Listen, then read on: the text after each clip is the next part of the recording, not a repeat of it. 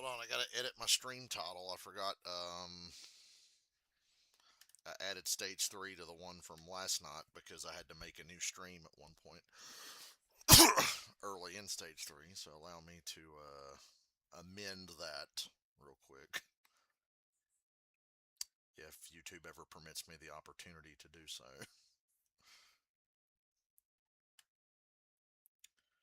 Can I edit the title? Huh. Okay. I would like to edit the stream title just ever so slightly. Not that it's going to fucking matter to anyone, because nobody's going to be here anyway, but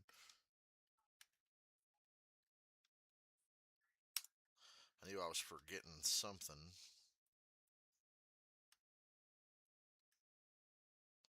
How do I change the title? Oh, there we go. Please don't start coughing today.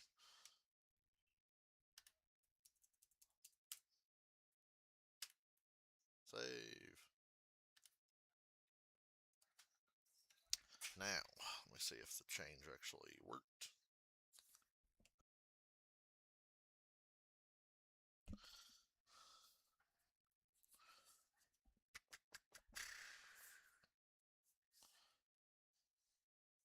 Sweet. It worked. Go ahead and add to the playlist. 2026, blah, blah, blah, blah, blah. All messages visible. Don't want anybody feeling left out. Yeah, right.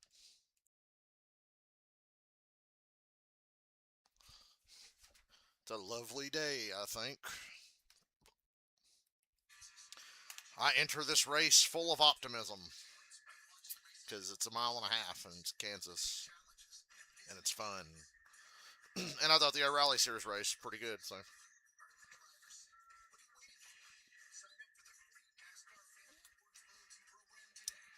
Drinking this Diet Dew. I had a leftover Diet Dew from work. I love the taste of Diet Dew. Okay, another thing on my checklist is my audio on. Yeah, it's on.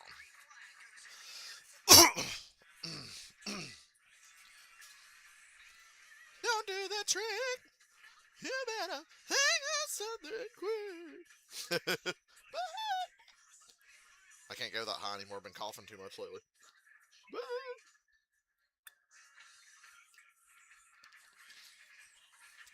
Every time I hear that song, I think of Boomhauer crying in his car on King of the Hill when that chick dumped him. Oh no, man. He loved her. Old Boomhauer finally found love.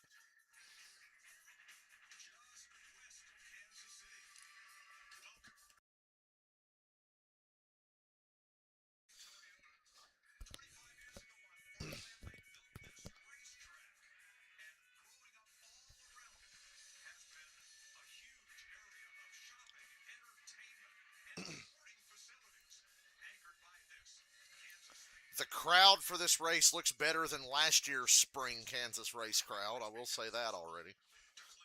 It's Clint Boyer's home. And he never won here. What a scrub.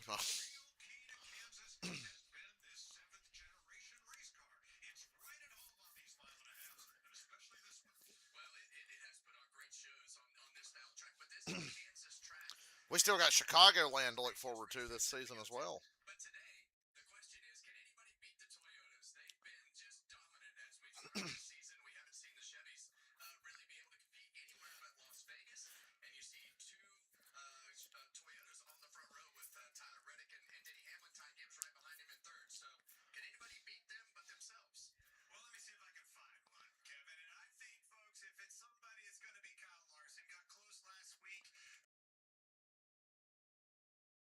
I'd have to agree with Clint. If a Toyota doesn't win, I would be looking at Kyle Larson.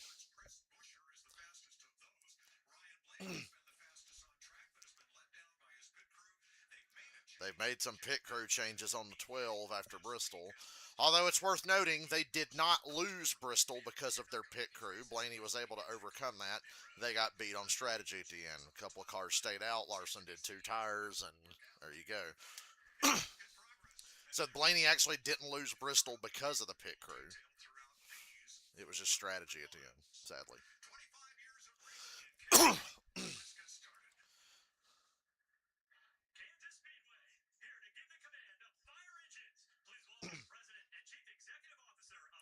I've been thinking before I go to the 600, I need to shop for some new NASCAR racing shirts. I want a Greg Biffle shirt or something, you know.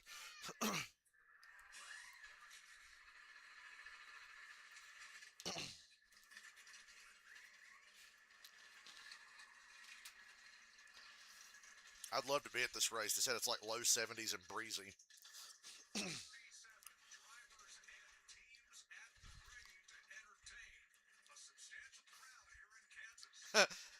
Mike Joy's starting to sound like WWE. A substantial crowd.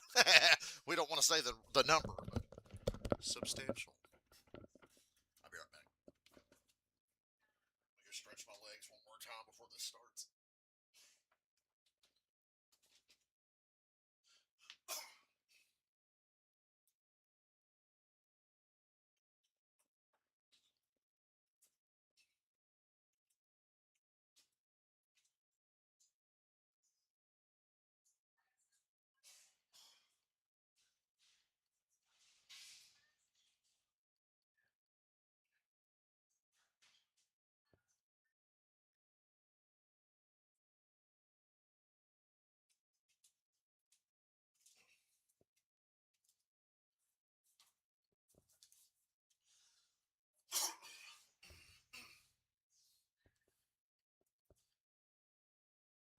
Talk, goddammit, talk.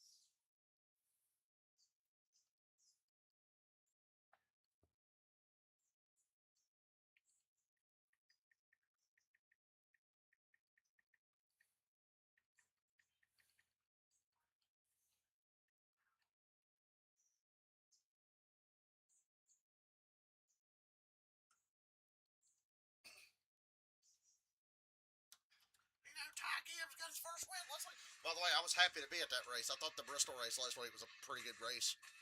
Certainly for next gen Bristol standards. And I got to see a first time winner. So we're back this week. My next race will be the Raleigh Series race and the Coke 600 at Charlotte on the same weekend. So for the next month, I guess I'll be live streaming.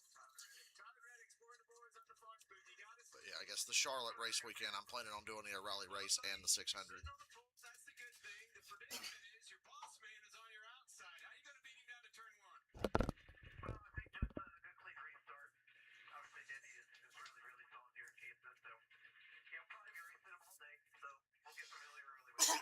Kansas race last fall was batshit crazy. I'd like to see another one.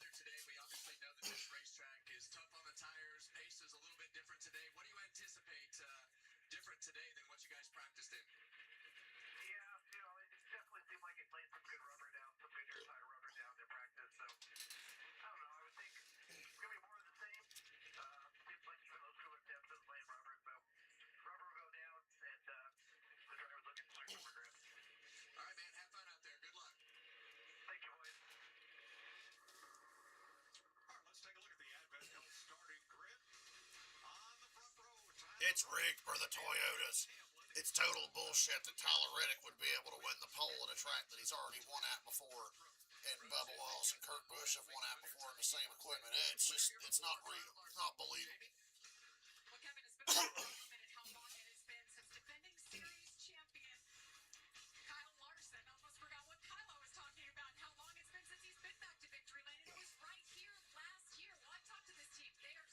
Kyle Larson left his soul in Indianapolis last May and sleepwalked to a championship he kind of, sort of didn't deserve, but did deserve. I don't know. It was weird.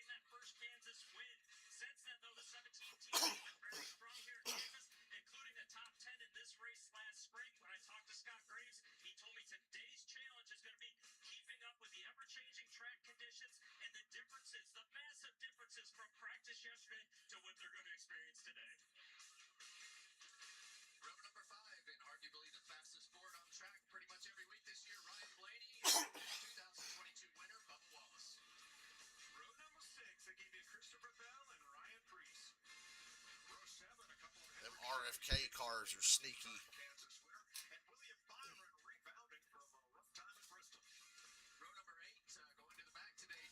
It's unfortunate that their team initials are RFK, considering those initials are associated with a complete retard. But it sounds like a cool race team name without that context.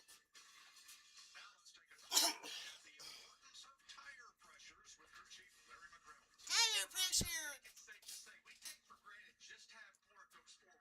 The older Larry McReynolds gets, the more and more he looks like the Six Flags guy. Especially when he wears his glasses.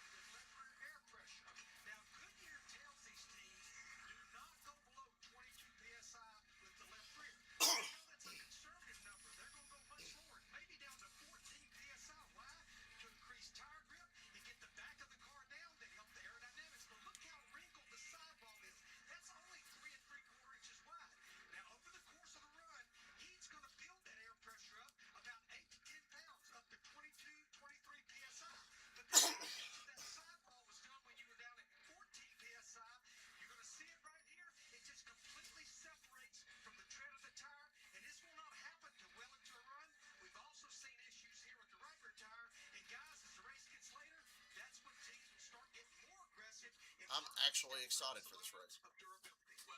I was excited last week to be at Bristol. I was in a really good mood and had such a good experience at Bristol, and the race was fun. Just complete 180 of the last time I went to Bristol before that. It was like I never want to come back here ever again.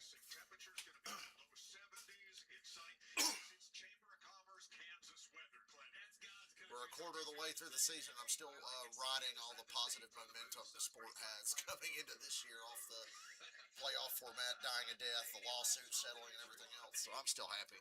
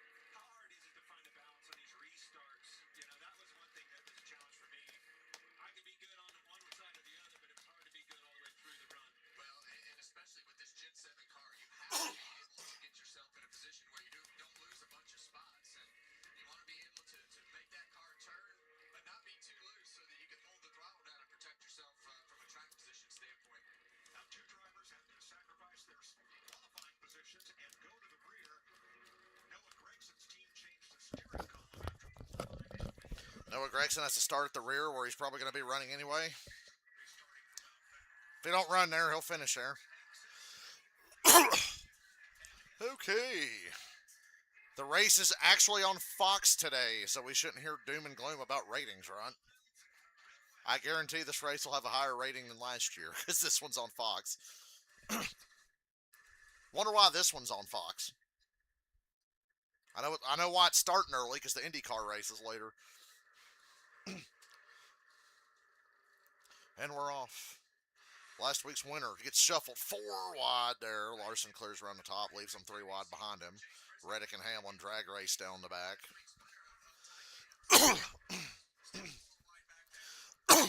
I like Denny on this outside here.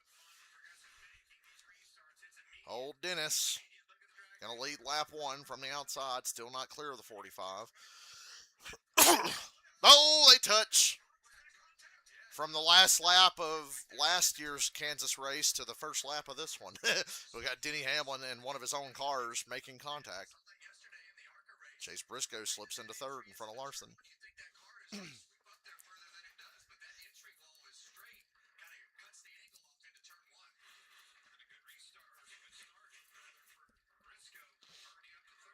Larson's starting to slip a little just early here. Looks like he's settled in now. Hocevar again, qualified top 5. Holding off Gibbs for 5th. Suarez, that Spire had 2 cars qualified top 10, Suarez and Hocevar. And Hocevar just passed Kyle Larson. Drove it in and put the old slider on him.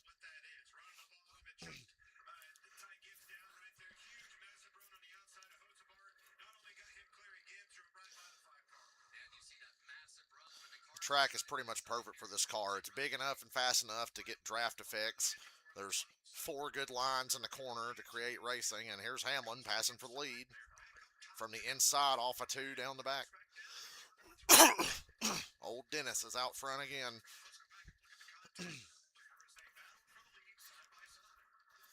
Heard Denny talking about in the pre-race, they got to maximize days like this. He said, they got through Daytona and Atlanta. They got a decent finish at Coda, and now we're in the meat of the season. They've gained a bunch of points.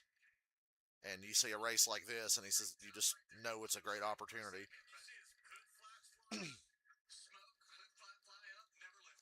Named NASCAR Toyota Series, Hamlin, Reddick, and Briscoe is rigged bullshit.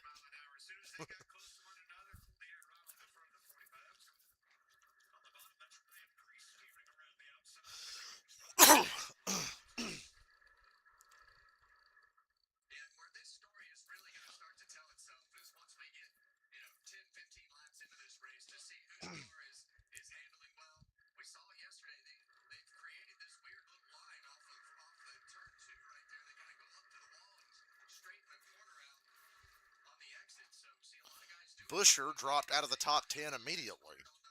Priest actually gained a spot or 2.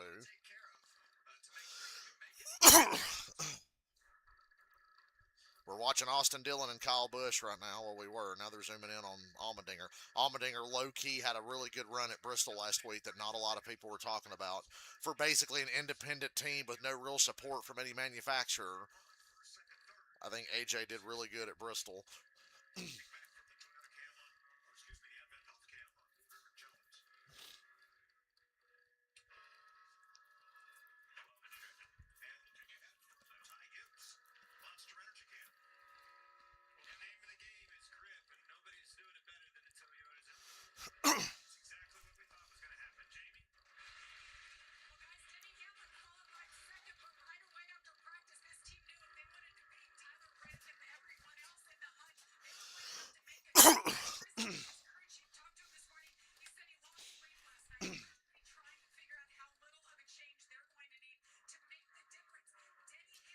Hamlin pulling away. He's gapped Reddick by about a second.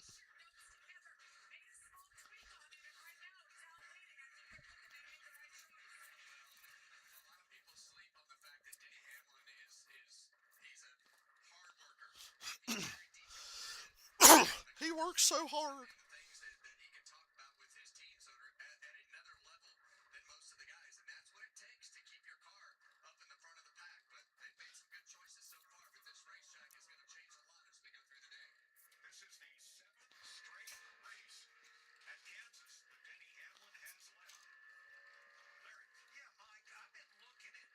Corey Heim, 18th.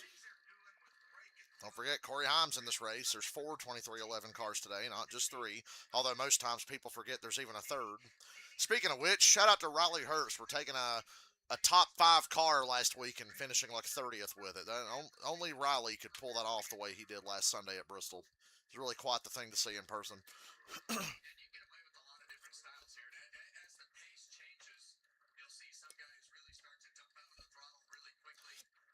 I like how just when Riley was starting to figure the O'Reilly series out and was actually doing well, jumps up to Cup, and now we're back to Jesus Christ, this guy sucks ass.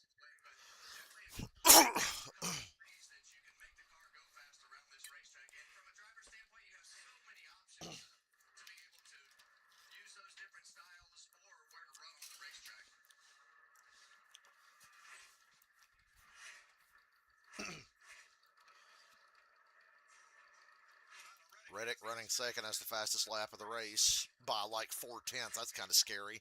So Reddick at his fastest is 4/10 quicker than Denny Hamlin. Jesus Christ. He and Denny are the only cars that have averaged a 178 lap average miles per hour.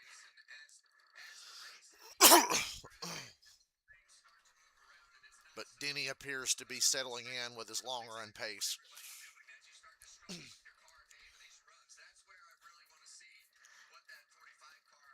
Denny won Las Vegas. That's about the only other track we've run this year that can even be remotely compared to Kansas. I don't know why, but Las Vegas is like the worst mile-and-a-half track.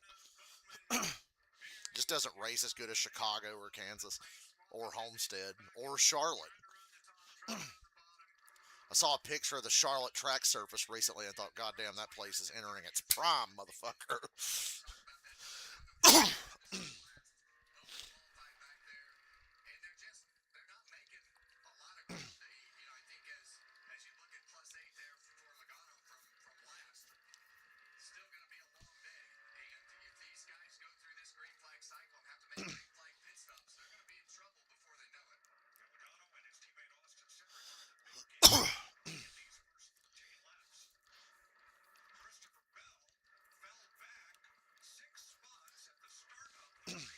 Christopher Bell has debris on the grill. Got some trash on the grill, bud.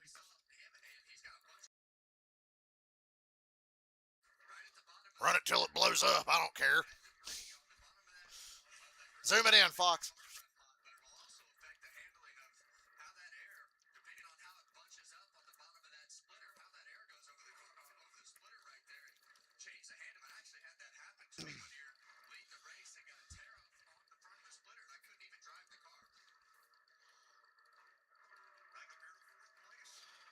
Stenhouse and Riley Herbst duking it out for 15th. Whoa, they touch. I can't believe this battle's for 15th and not 25th. That's kind of shocking. Stenhouse has low-key had some good runs at Kansas. They'll show up on a mile and a half here and there and be top 15. They suck literally everywhere else, though. Except Daytona and Talladega.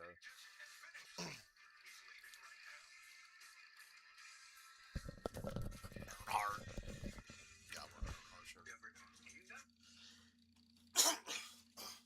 Best battle on the track is Larson and Hocevar for 4th. Hocevar hanging it out high wide, but never mind. The best battle is Herbst and Stenhouse. They traded spots again. They're having a mid-off. Actually, these two guys ain't even mid. They're like way worse than mid. They are objectively shit, actually.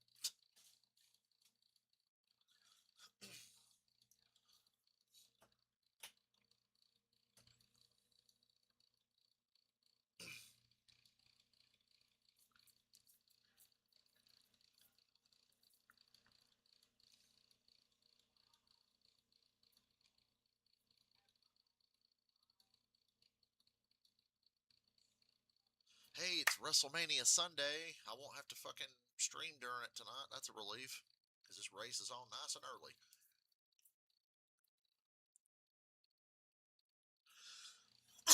Unless we get a Nashville situation. I'm still traumatized by that race, and it's coming up on 2 years.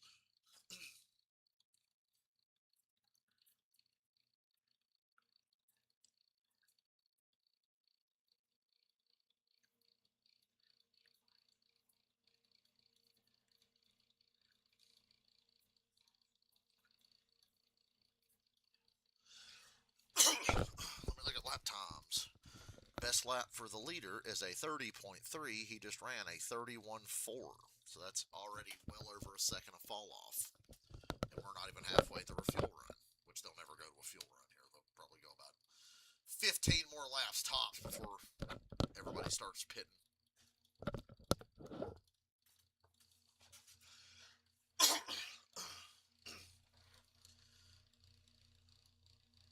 They still got to work on the damn Bristol tire. I thought the race last week was good, but there's just still not enough tire wear, bro. There's either been not enough tire wear or way too fucking much, and last week was in between, so.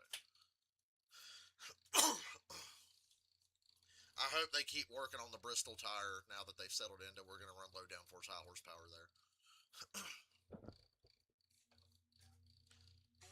Which made a noticeable difference in the race watching it in person, because I've been to a handful of next-gen Bristol races, the good ones and the bad ones. So I saw a big difference last week.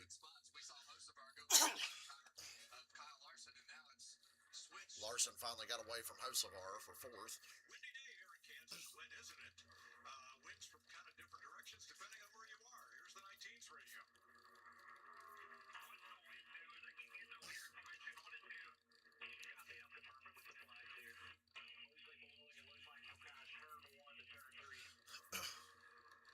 Yeah, but if you look across the interstate, Kevin, that flag's going a different direction. Yeah, and we kind of saw that yesterday in practice. One of the most sensitive racetracks that we go to from a wind standpoint, and the drivers want to know exactly what that is doing, because when it's blowing against the right side of the car, it actually helps the car handle. But when it gets a tailwind down the back straightaway, it'll make it loose, getting in the corner, and have the opposite effect, make the front end, make the car not want to turn back down the hill in turns 3 and 4. Good God, Herbst just flying all of a sudden. Past Stenhouse, past Suarez, up to 14th. Hell, he's doing better than Corey Heim. And we know Heim's better. It's just Herbst has more time in the car.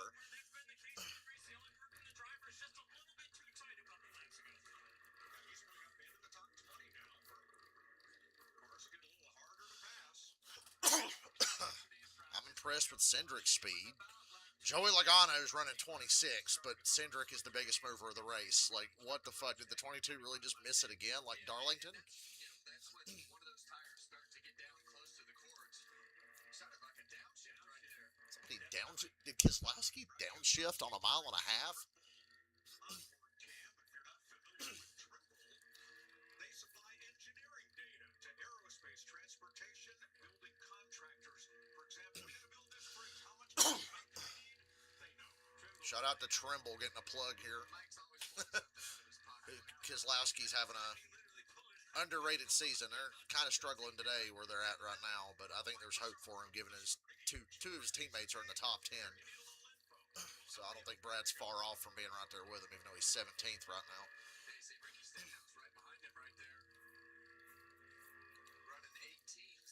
Pit stops are coming in the next 5 to 8 laps, I figure. Connor Zillage basically running dead last again. I say he runs dead last because Cody Ware doesn't count. Cody Ware is actually dead last. Hocevar may be slipping a little on the long run here.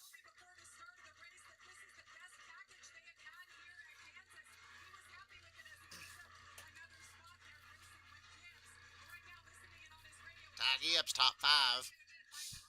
Becoming a recurring pattern.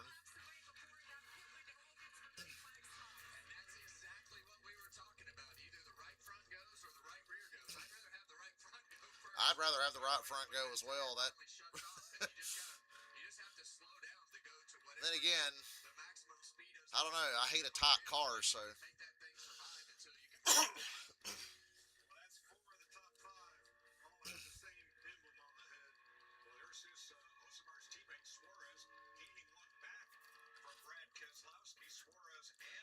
Toyota, Chevy, Toyota, Chevy, Ford, Toyota, Ford. That's your top 10. In the spec racing utopia that NASCAR wants to create. But they've kind of failed to do so.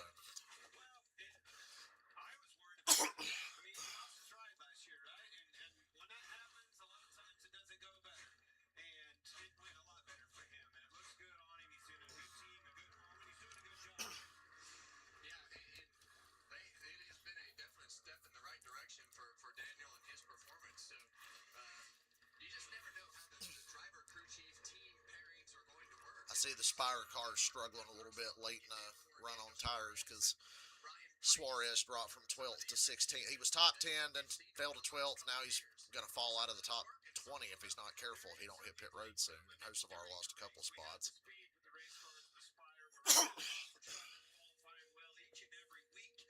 Bubba's got a good long run car, I notice. He's kind of, and my television's frozen again. How's the race? It's going. It's early.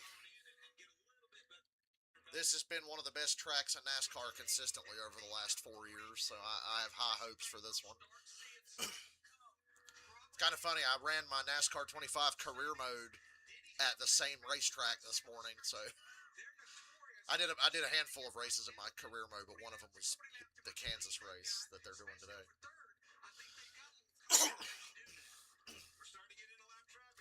And Denny finally caught lap traffic.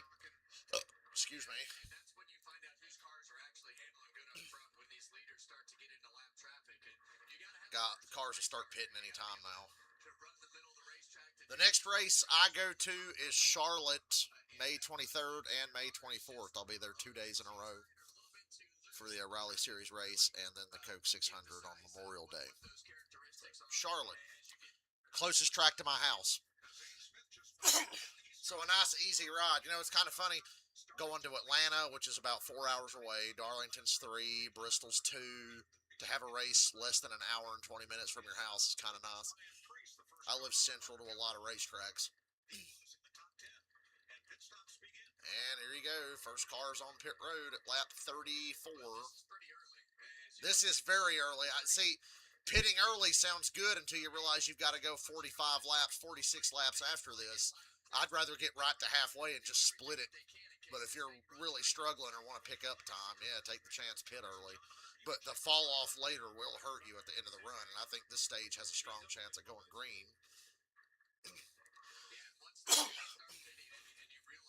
And yeah, once one car pits, all the other cars racing around them, they start to pit too. Of course, if you're playing NASCAR 25 and you try to pit early, you get fucked. You know, cookout on the way to the race used to be a big deal till we got a cookout here in town. But that cookout I had last week on the way to Bristol for that race was special. That was the best cookout I've ever tasted. Dylan was not lying.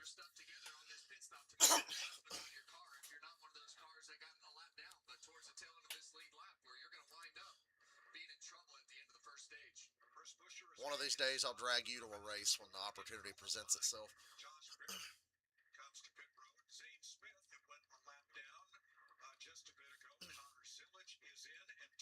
I love that paint scheme on Ty Gibbs' car. That is nice. That yellow and blue car. The Zip car.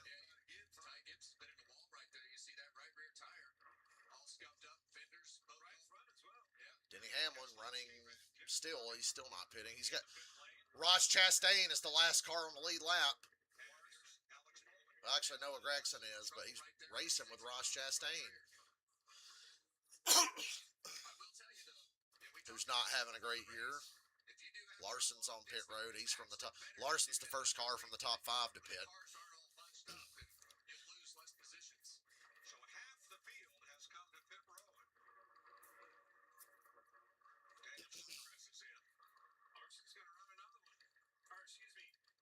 Denny's still running. I think historically we have seen this payoff for Denny running long, and then somebody might cycle in front of him, but after about 15 or 20 laps, his 5-lap tire advantage starts to show, and he gets right back by him. So I feel safer running longer because I'm not going to get fucked and trapped a lap down by a caution. So. And Denny did have a nice lead. He's pitting now, lap 38. Chastain pitting with him, a lap down. Don't speed. Pit road was a clusterfuck here last year. A lot of guys made mistakes on pit road last year in this race.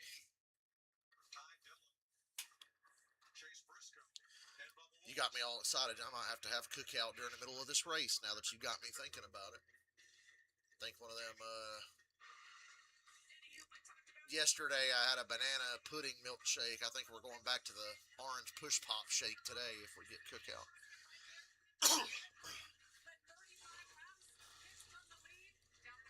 curious to see how this cycles out. Oh, no! Jesus, that was almost bad. Blaney was coming out of his box, and A.J. Allmendinger was going into his, and they collided. And Mike Joy said, he gets hit. I thought somebody got hit on pit road. It was a close call. You can't pick. God, these cup cars are a motherfucker to turn around. I love how poorly these cars turn when they're slow. He's trying to get turned around in the box. Denny Hamlin's still going to be the leader. Larson jumped Reddick by short pitting them, but Denny Hamlin is still going to be the leader. Hocevar ran the longest here, which is confusing to me considering their long-run pace is nowhere near as good as the guys they need to beat today. But we'll see how this works out for Hocevar. He's going to have at least a 3 to 5 lap advantage or more on most of the competition. But Hamlin's going to be the leader, and Kyle Larson's going to be second. Hamlin's going to have about 2 seconds on Kyle Larson here.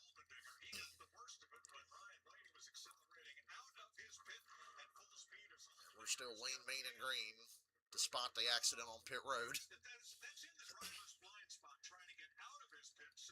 Whose responsibility is that? Well, typically it's the car that is pulling out of the pit to be able to anticipate the car coming in. So usually the crew chief or somebody up on the pit box is calling that, or the spotter up on top of the roof. So you definitely, I always used to look at my mirror and try to anticipate when all that was going to happen. But I watched the Allmendinger pit stop from up here, and he's going to get another penalty for being over the lines. Well, A.J. Allmendinger's not going to have a good day today. I was talking earlier about how I thought he had a good day at the race last week, but not today. They're playing Cat Scratch Fever.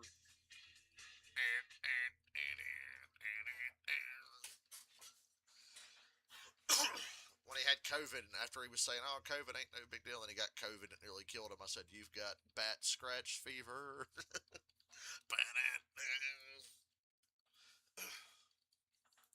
Bat scratch fever.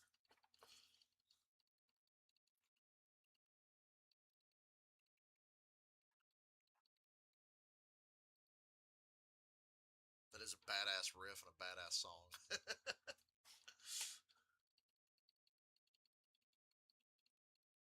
The guitars really make that song. Fuck. Coughing, but not as bad today. Happy WrestleMania Sunday. I'll say it again. I'm excited to be able to watch WrestleMania tonight and not have to watch 2 things at once like I did last night during WrestleMania. I thought night 1 of WrestleMania was solid. It didn't blow me away, but nothing was bad. I guess my one critique was, damn, some of those matches felt really rushed and short, but nobody had a bad match. I just thought some of those matches needed another 5 minutes or so to really be their best. But I thought Seth versus Gunther stole the show, and I thought Cody and Randy had a good main event with an intriguing, like, it kind of gave conflicting energy at times, but I thought the main event was good. And then I get up today and see people going, God, that Cody Randy Orton match was so bad. I'm like, dude, I'm so, like, maybe wrestling ain't for me anymore, but I thought that was a good match.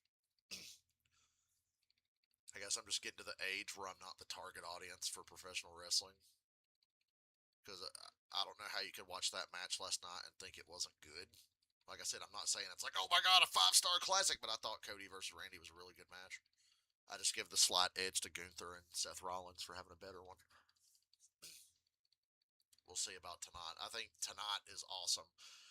Pumped for Oba versus Brock. Pumped for the 6-man ladder match. And so happy for CM Punk and Roman Reigns.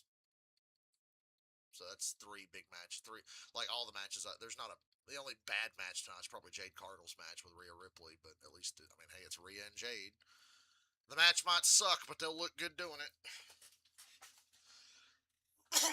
Yeah, I just want to see if Rhea can pull the carry job of the century and drag that big bitch to a good match. Naomi did it last year a couple of times, I thought. But that's wrestling. We won't be talking wrestling today much because the race will be over by then and I'll be out of here. Over. Denny Hamlin. Okay, then it's Hamlin, Larson, Reddick fell to 3rd, Gibbs up to 4th, Chris Buescher up to 5th, Bubba Wallace up to 6th. So there were some guys that really moved up a lot. Christopher Bell and Chase Elliott broke into the top 10.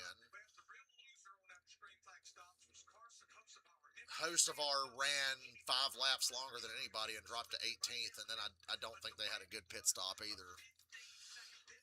Yeah, Larry Mack just pointed that out. Not only did Hocevar run long, they had a bad stop, so he's out of contention for a while. Interesting how that first pit cycle really flipped things. Like I said, Elliott, Bell, and Byron up in the top 10. Busher all the way up to 5th. Blaney got hit on pit. Hopefully Blaney didn't get any damage from that hit with Allmendinger. Took him out of the top 10, though.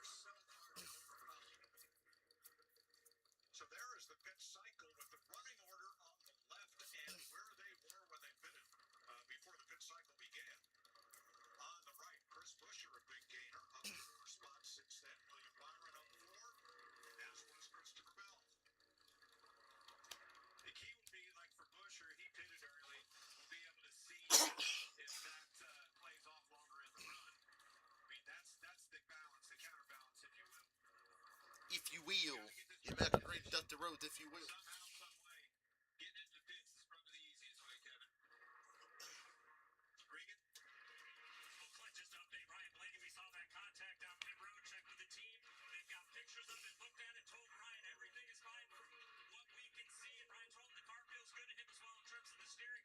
As for how it's been driving this race so far, started off tight, migrated 2-3, needed both ends of the race car to work a little bit better, but I did look at his right front tire that came off, and much like yesterday in practice, these tires are starting to string apart to where they're unwrapping around some of them, a number of tires up and down pit road like that. Yeah, and talking about the tires, that's what I was talking about earlier. You gotta be aware of what you need to do to take care of the tires. 3 wide pass by Hocevar on Corey Heim and Riley Herbst for position. Oh, Heim's drifting up. Oh, 35 just kept it out of the wall. Damn. That was close. Herbst has been kind of a target. Last week, he and Kyle Riley Herbst thought he could fucking bully Kyle Busch last week and learn the hard way. Herbst got turned around by Busch. Busch did not go hunting with Riley Herbst because 70 laps earlier he passed him cleanly, could have had contact then, didn't bother to. We looked at the video. Herbst got loose off the and Kyle Busch just And speaking of Kyle Busch, guess what? They started last car on the lead lap here with 28 to go in stage 1. Speaking of Kyle, here comes Running 26th. Austin Dillon running 21st, by the way. Jackson auction in Palm Beach for And Kyle said the other day, he could make Hamlin's life miserable if he wants to. Well, here's his first opportunity. Let's see how Kyle approaches this. Let's see if he just straight mirror drives the 11.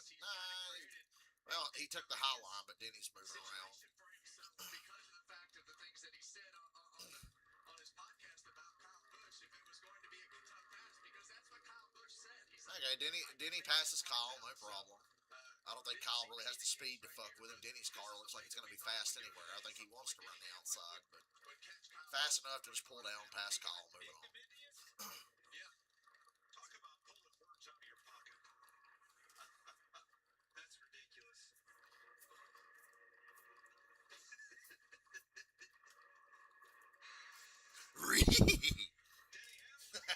That's all I could think of with Boyer laughing there.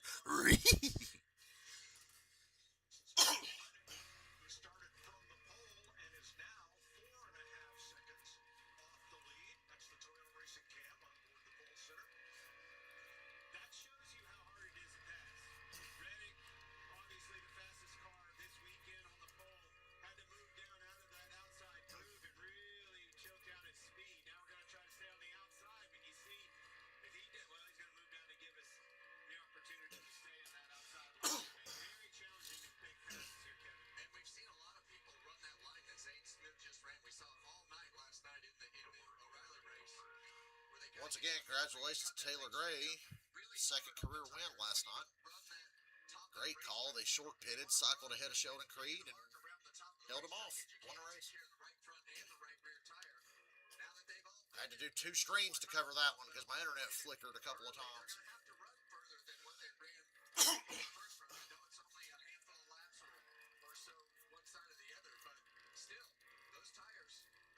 Struggle as you get towards the end of this run, Larry. That pass was a half a second slower and slowed him down. Larry, sorry. Yeah, I kind of want to focus on Ryan Blaney. Regan Smith was talking about this time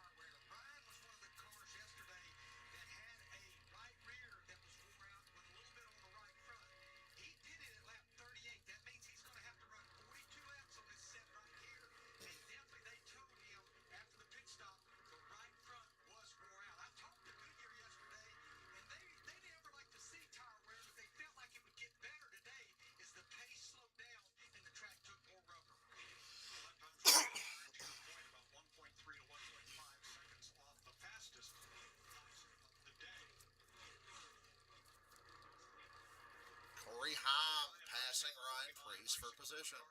Remember, Corey Haim, well, actually, Priest short pitted really early on the last pit sequence. It could be coming back to haunt him now. Corey Hine trying to drive away from them.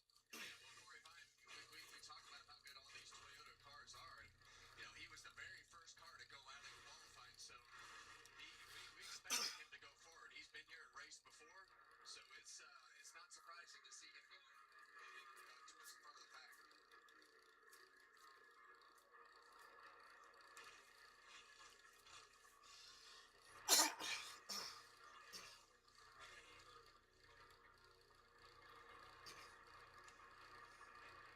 This is Kyle Busch coming onto pit road, and look at that right front. Is that just now? Well, I trailing think that's the right rear, Mike. I think it's the right front.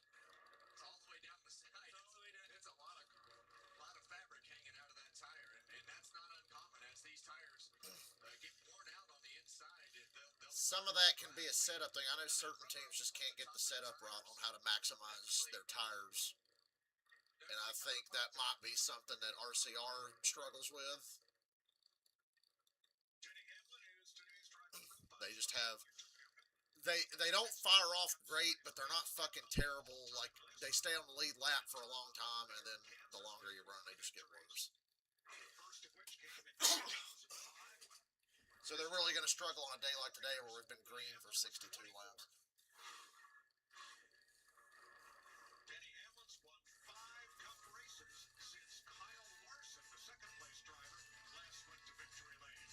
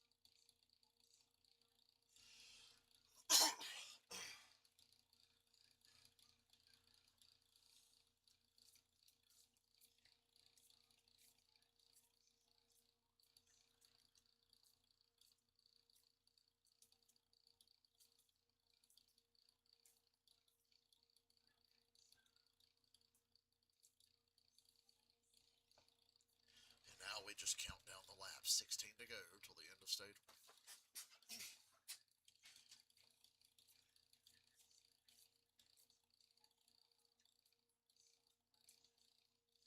Ross Chastain 31st and Connor Zillage 33rd. SVG's only running 20th, but he's on the lead lap. Goddamn Trackhouse is worse than RCR, man.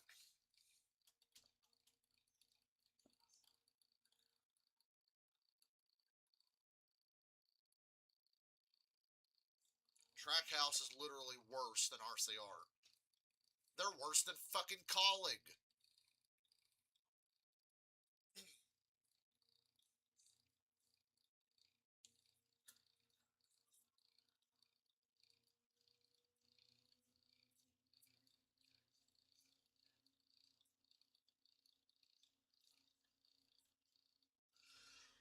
Excuse me.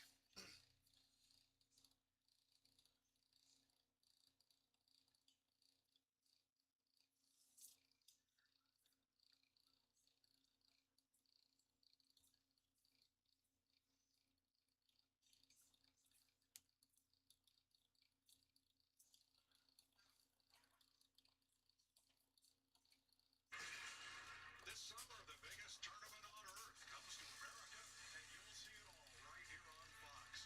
Get ready for the 2026 FIFA World Cup. It kicks off June 11th on Fox and FS1.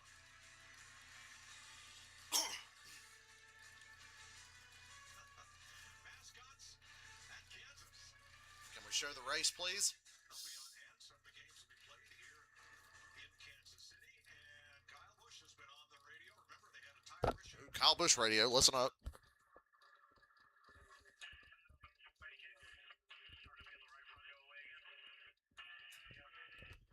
Kyle says he doesn't think he's going to make it to the end of the stage on this set of tires. He says he feels like it's going to come apart again. On the green flag stop earlier, the tire was cording as he was coming down pit road.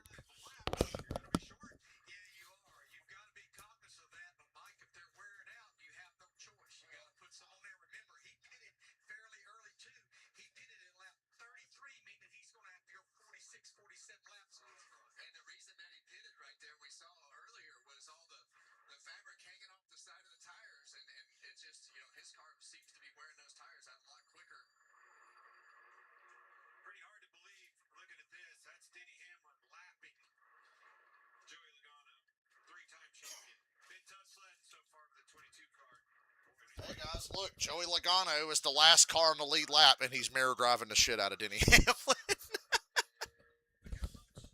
Kyle was a lot nicer and kind of just gave Denny the whole track except the top, but Joey literally just changed his line in the corner to stay in front of Denny. Bubba kind of brushed the wall a little bit there and gave up a spot to Christopher Bell. Held off Briscoe somehow. 10 to go here. I think Joey will have a pretty good shot at making sure Denny doesn't, at least doesn't lap anybody else but him. Denny had to spend a whole lap running back down the 22. After maybe half a lap of aero blocking from Joey. And he perfectly, well, Denny actually slips up higher. Joey goes to the bottom.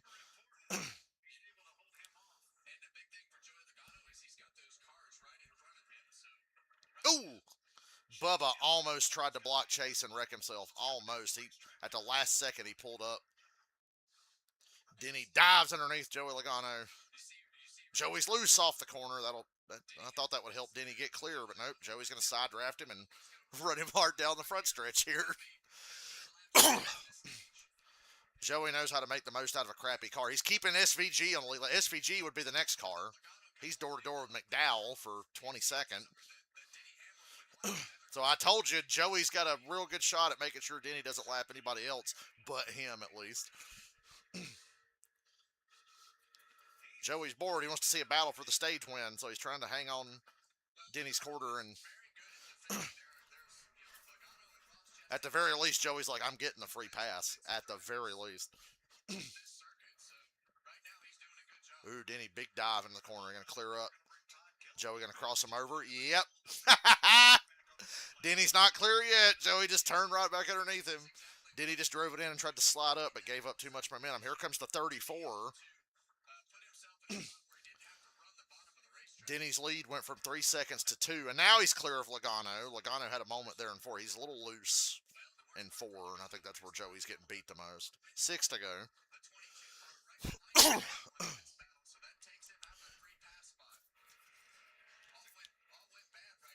And unfortunately for Joey, while he was fucking with Denny, the 34 passed him, so Gilliland would be the free pass now. And then it will probably be McDowell. I'm pretty sure Denny will at least lap McDowell here with 5 to go.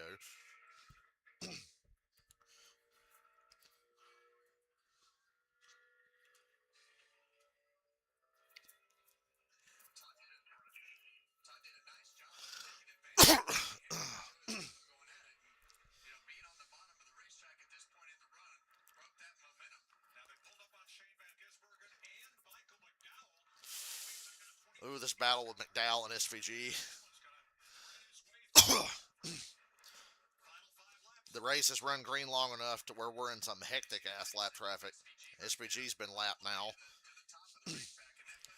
And now McDowell's lapped. 4 to go.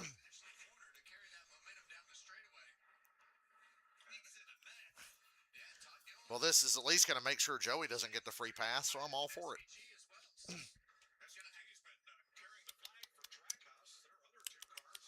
Yo.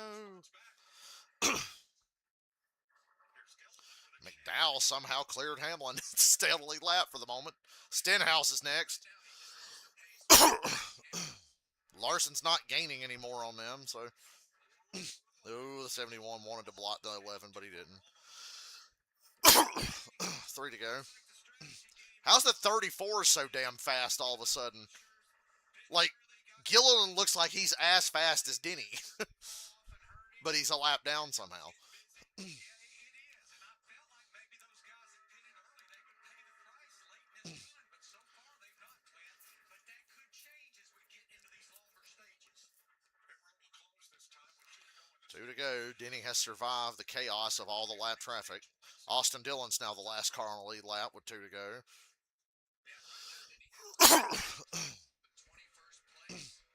There's 20 cars on the lead lap. That's it. This is a tough race for a lot of guys.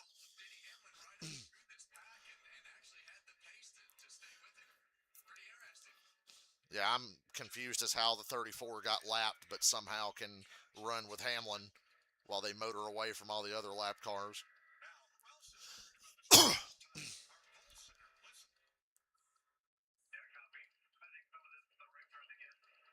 Reddick's worried about his right front tire. 1 to go here. Hang on. Final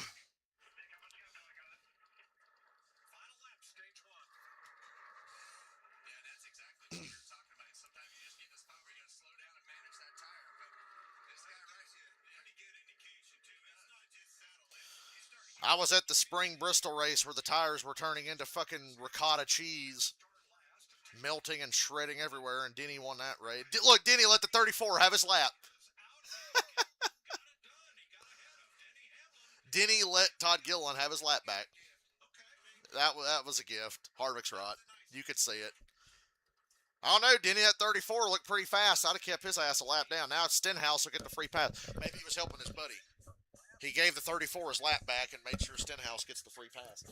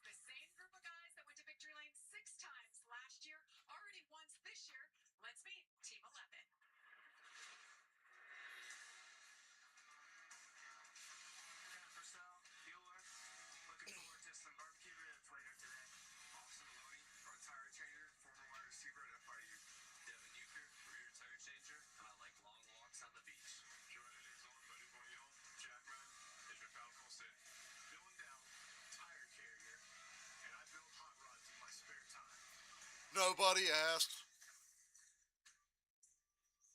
Talent runs on and off the track.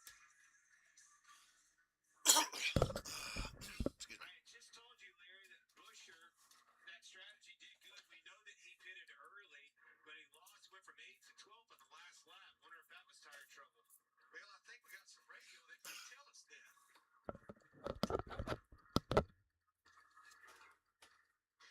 Well, what we're seeing on reading the radio is the fact that maybe he's got a right rear issue and he slid up into the wall right before that stage ended. Yeah, he's got some right side damage on that car. Well, that's what. So pitting early is a big risk reward thing. Probably had a tire. Went all the way up to 5th, and then by the end of the stage, he was 12th. Your pits will be open this time. They'll with Sunoco Race Fuel with flowing zero carbon bioethanol. Yeah, zero carbon bioethanol. That was the only bad thing about being at Bristol last week. I didn't get to hear that.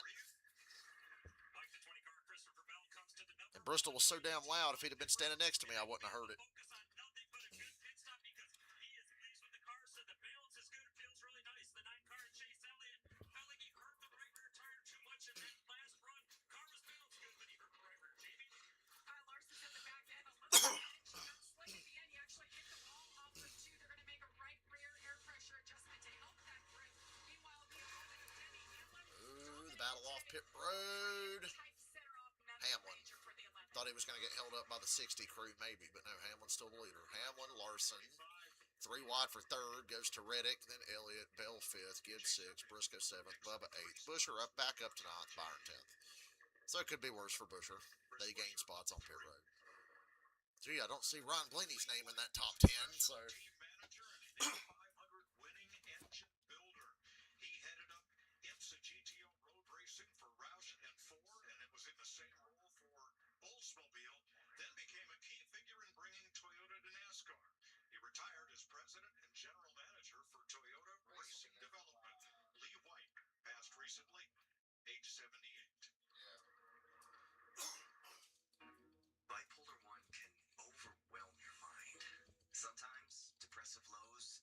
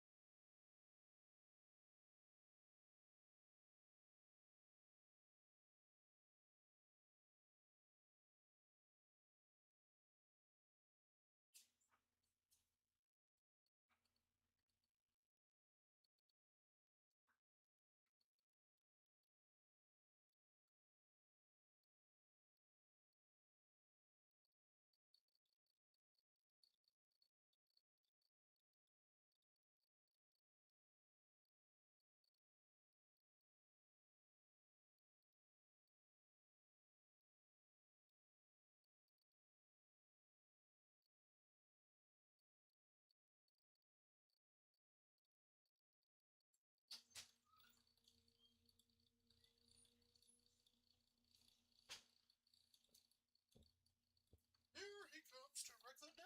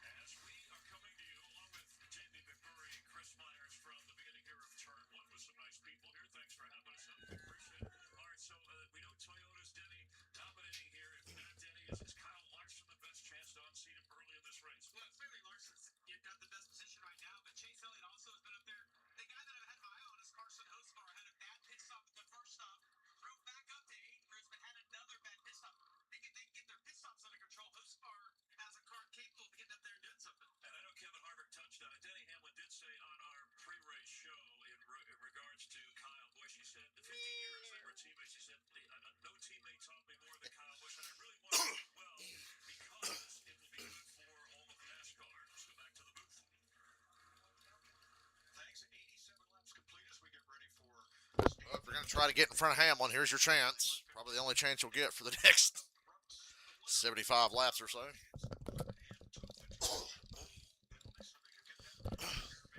And yeah, Blaney did have damage from the contact with Allmendinger.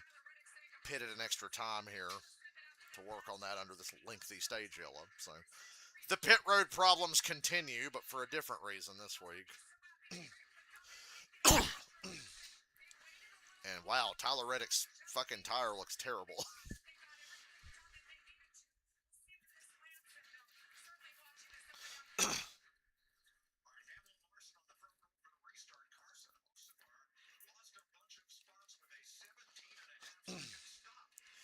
Bad pit stop for Hocevar.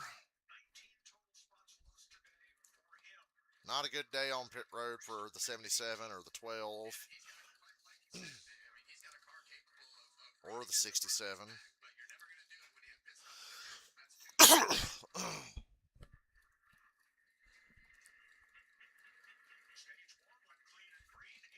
We had an 80-lap green flag run to start the race.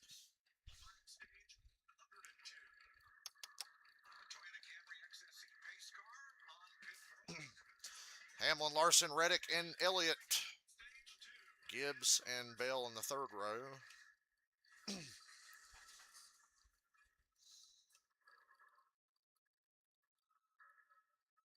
Big push on the bottom from Reddick to Hamlin. Austin Dillon drops anchor on the bottom there. Gets passed by 3 cars on the outside. Austin Dillon somehow stayed on the lead lap in stage 1. And Larson run down the back. Takes the lead into 3. Can he slide him? Slide him. He never cut you any slack here. I think Denny kind of let him in there. He didn't want to get walled because he knows. And you can see, yeah, Denny definitely lifted for him because Elliott took a run off of 4 and passed Hamlin. Oh, yay. They've overcome the cheaters. Larson and Chase Elliott, first and second. Hamlin and Reddick side by side for third. 75 lap to go in day 2.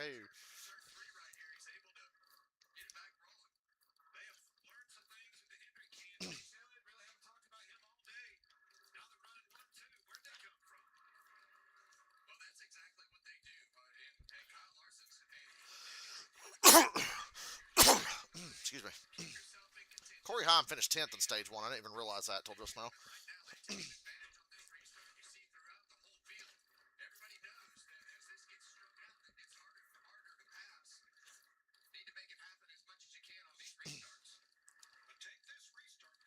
Hamlin from the lead to 4th.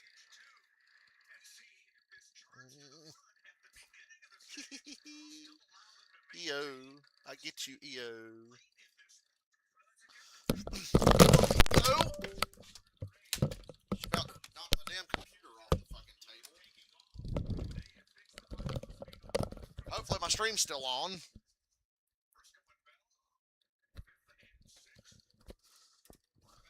Rip my hard drive out.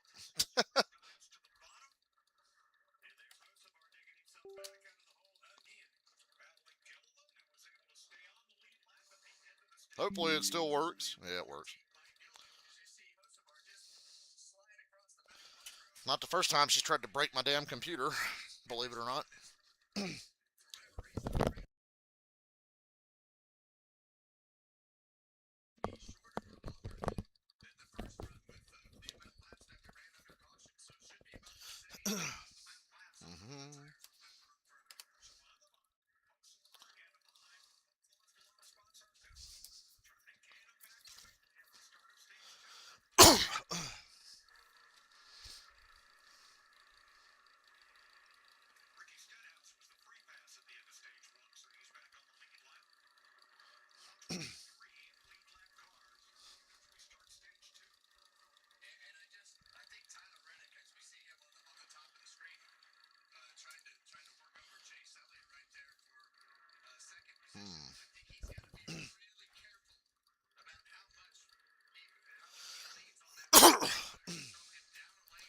I love that we're talking about tire management on a 1.5 miles. No wonder this place is the best fucking track we run at.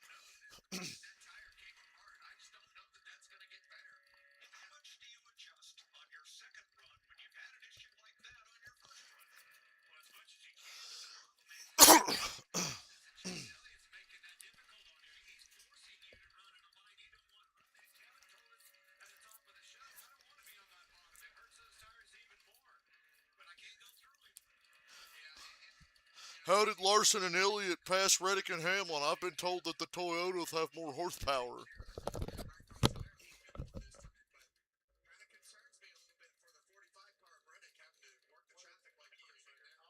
Second place changes hands. Reddick up to second behind Larson. Elliott comes back to his left rear corner and gets closed up there at the start-finish line, and Hamlin comes right back to them. Michael Jordan leading on, and his car's in second place. I guess Reddick and Hamlin turned their extra horsepower off for a little bit to make this look good, huh?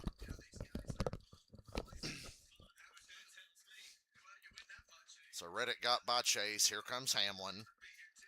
Hamlin's go. Oh! Okay. Wasn't as close as we thought. I thought Hamlin was going to keep going up. So Hamlin went from the lead to fourth, back up to third, Reddick into second. Larson out front. Kind of surprised Larson's still good here given the tire wear, because he sucks at tracks with high tire wear most of the time. That sneaky ass Christopher Bell's in fifth. How the hell's Alex Bowman in the top 10?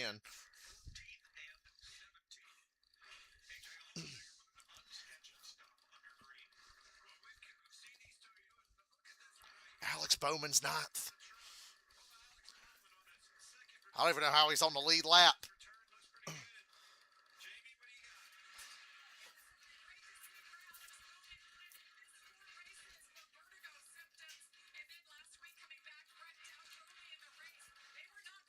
I was there.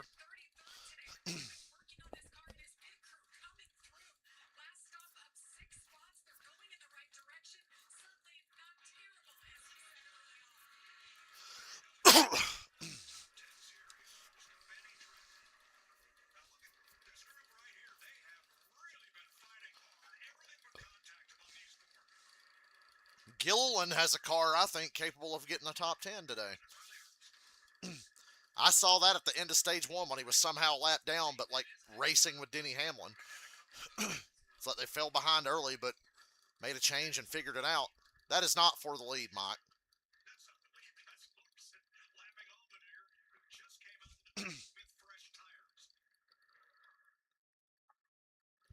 Mike Joy had a Marty Reed moment. He's getting up there in age. But I don't want Mike Joy to retire. He's still good. He's still the best. I don't want him to retire unless you're going to replace him at full time without wrestling or something. From 5-star.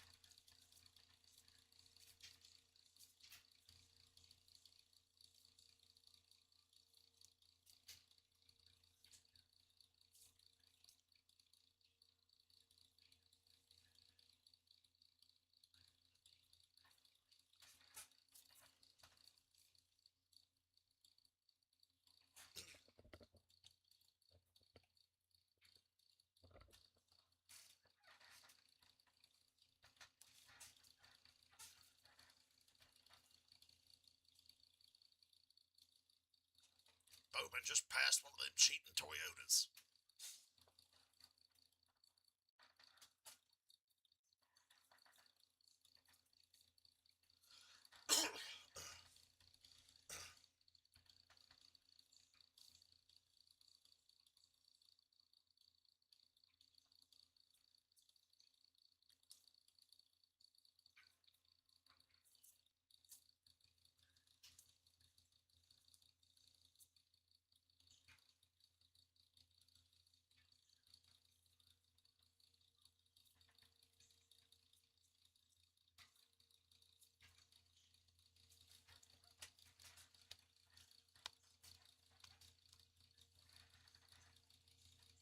Go, Bowman. Beat them cheating Toyotas and that extra horsepower.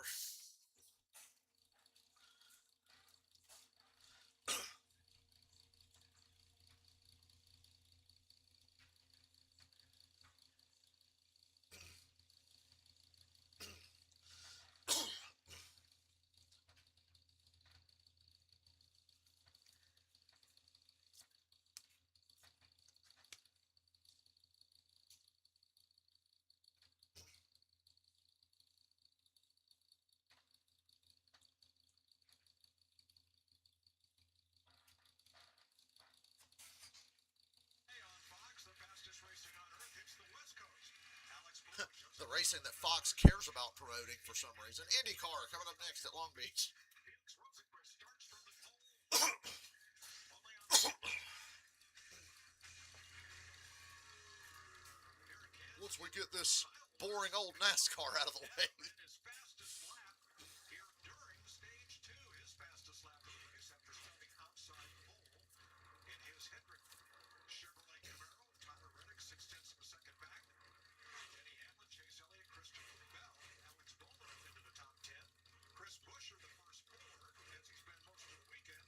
He's in 7th place.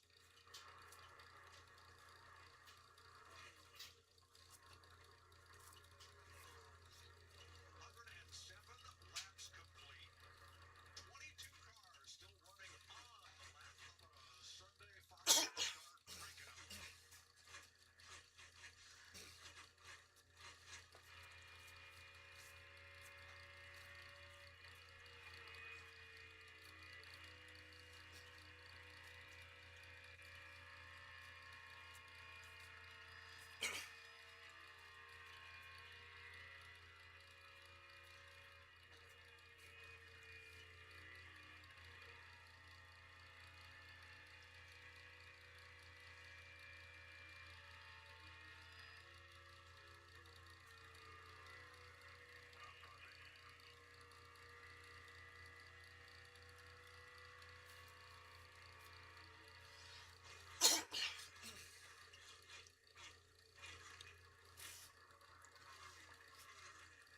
I've enjoyed talking to myself today for once.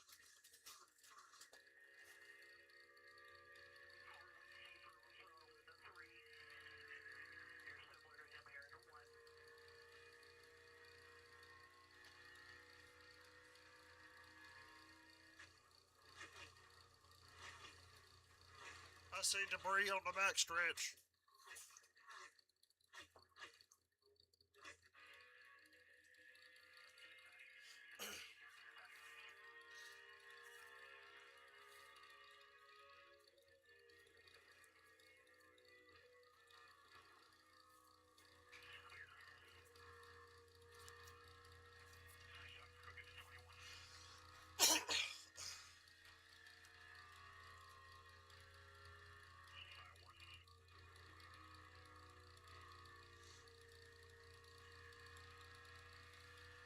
Clint Boyer breathing in his mic more than I do.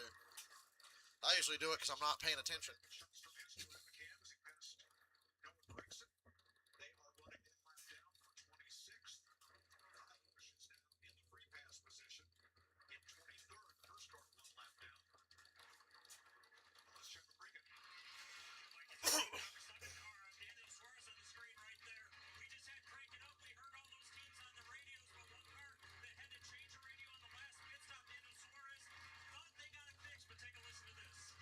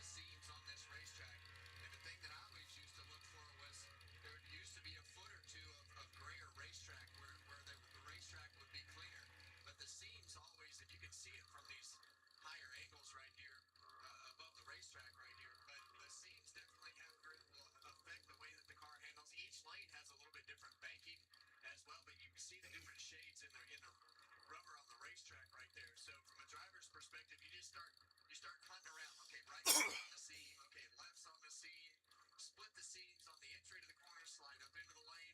You just start to get creative to try to get your car to do something better than what it is in its current conditions. So a lot of things change as you go through this race here in Kansas with the conditions of the racetrack, the amount of rubber, and things that you have to do with the car. But I like the way Reddick is thinking. Where can I run my car that will abuse that right front tire the least? They're trying to sort it out. However, as they do, Denny Hamlin gets ever closer. There's a look back from the Toyota cam on board Reddick at third place. Denny Hamlin. Well, in the first two portions of runs of the race, I mean, Denny Hamlin beat him up pretty good at the end of the run. And right now, I believe we're going to have to run, at least 3 to 5 more laps, maybe 7 more laps to get to where these guys need to pit. But we know that at the end of these runs, Reddick has been struggling with his tires. And when that tire shuts off, you're in big trouble. You just got to slow down. Larry, how close are we? Yeah, Mike, we went back racing at lap 88. That means that was 77 to go in this stage. If you split it right down the middle, you're looking somewhere around lap 125, 126, 127. We still here. We're already here. Chat dried up. Oh wait, we don't ever have a chat here anymore. We may see it start trickling in. Larry Max say something about trickling down.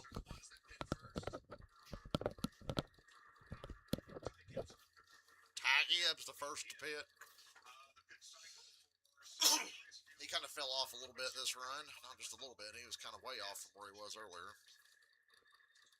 He was screaming about his car tight, and it's not getting any better. But now he's going to have to run 45 laps on this set of tires. That last adjustment as they went into this run, so getting in there early. Here comes Briscoe and Bellamy. It's begun. It has begun. Like the 20th Christopher Bell. A late call to hurry up and get to pit road right there for him. In terms of the car, needs a little bit more turn on the after yellow flag stops. Thinks it's going to be good after the green flag, though. Ryan Preece, Austin Dillon. On pit road, Daniel Suarez is in. Comes out in fourth. That's a strategy call. Right in leader, Shea Celia. Regan. Chase Elliott, the 9 car, has been quiet on the radio this run. And I can tell you, looking at his tires after the previous run, some of the best looking tires on pit road. So there's a good reason for that quietness. Alex Bowman, Chris Buescher come in for their stops.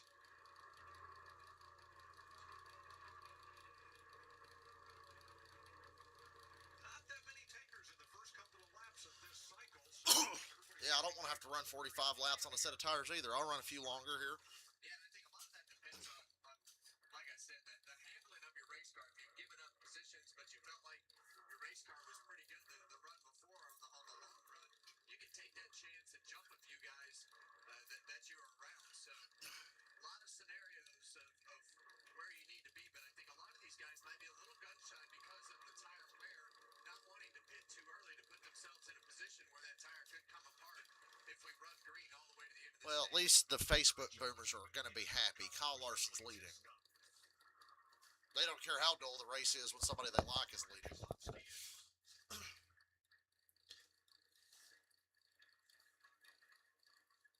as Larson completes another lap, that's 124. Keselowski's teammate Ryan Preece, now all the RFK cars in. Here they go. Here they come. Larson, Reddick, and Hamlin. God, Hamlin came screaming off the fucking bank in there to get down to pit road. Keep an eye on that 9 car. He's the one that Larson, Reddick, and Hamlin all pitted on the same lap here. see So. him up here on the track, man.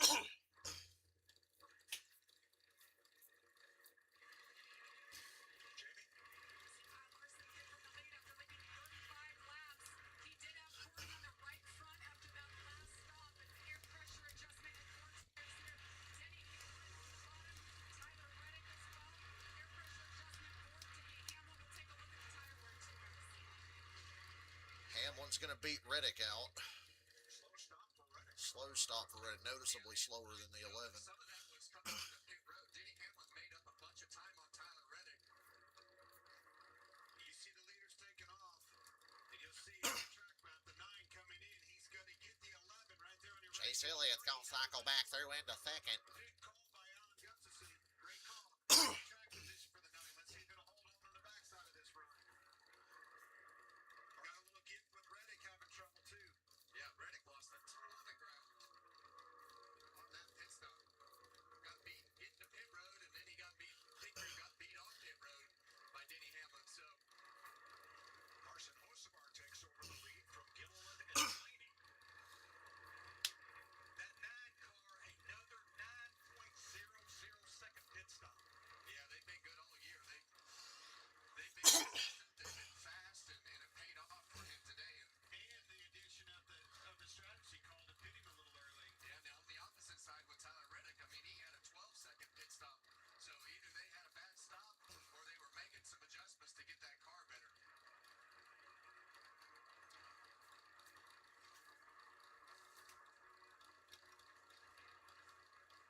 Carson Hocevar right there on pit road, so going to come in and hope for a better pit stop this time. They've had a couple of rough stops to begin the race. Car's running fast today, though. Blaney comes in with him, and that was the cycle. Blaney with a new jack band this week. That's the one change they have made. And the jack band that they hired, unable to be here this weekend for personal reasons, so they had to dip down and take what was the 4's jack band. He got the 51's jack band, so a lot of checkers moving around on pit road to try to make this happen. This is about the first week. Ross Chastain's about to get lapped again. I mean, he has been, no matter what track, what the challenge, whether it be pit road or whatever, drove right back to the front. One of the fastest cars we've seen in 2026. Struggling today. Yeah, he's about to go lap down. Kyle Larson goes by, completing 128 of 267 laps in Kansas. Here all day, folks.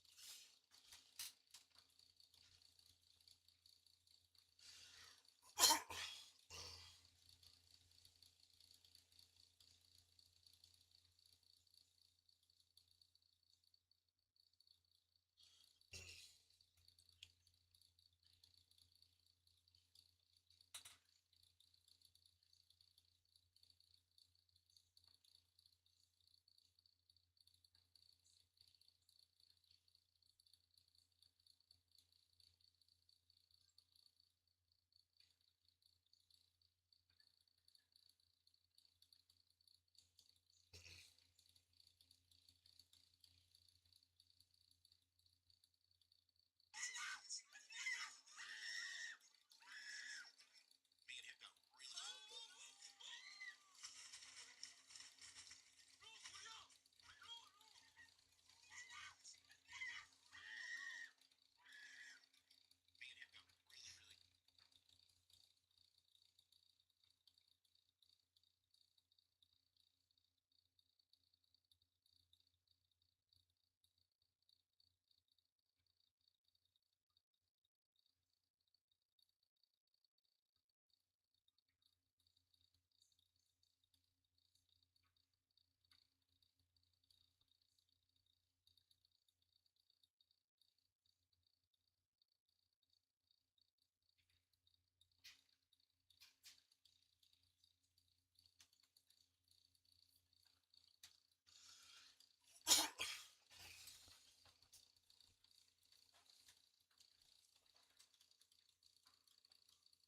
Denny Hamlin's run down Chase Elliott. I guess Denny's turned his extra horsepower back on, so here he comes.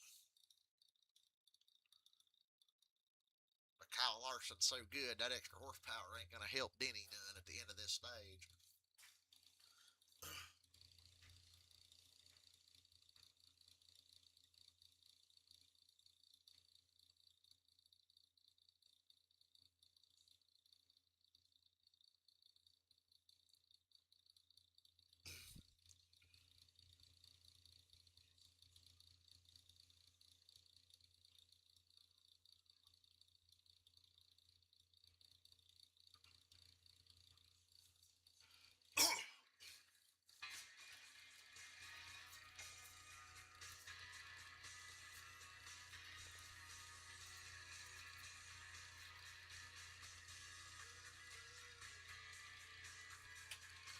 that Carson Quapple Arby shirt that chick had on. That's a cool racing shirt. Nice turnout here today. The campgrounds were full. A lot of cars in the parking lot. We're halfway. Watching our aerial coverage brought to you by And only an hour. Wow, this race, if the race keeps at this pace, it'll be just under 3 hours. That's a nice change. An hour earlier start time and under 3 hours will be a good day. and back and forth. Tyler Reddick, Jamie. Yeah, Tyler Reddick maintaining right now, but it was a scary moment after that last pit stop. He cued the radio moments later and said, guys, it's right here. I had hard wall of contact right there. Ooh, Reddick. It was significant. It doesn't look bad there, but he said it's significant enough to knock the steering off just so slightly. So That's definitely not when it happened. He didn't even really touch the wall there. So of the 7 seconds that he's behind the leader, 3 of those were due to trouble on the right front during that stop. Well, we talked about that before the race, and that is the weak spot that kind of sticks out with this 45 is definitely pit road. But that hitting the wall like that won't make that thing drive better, Clint.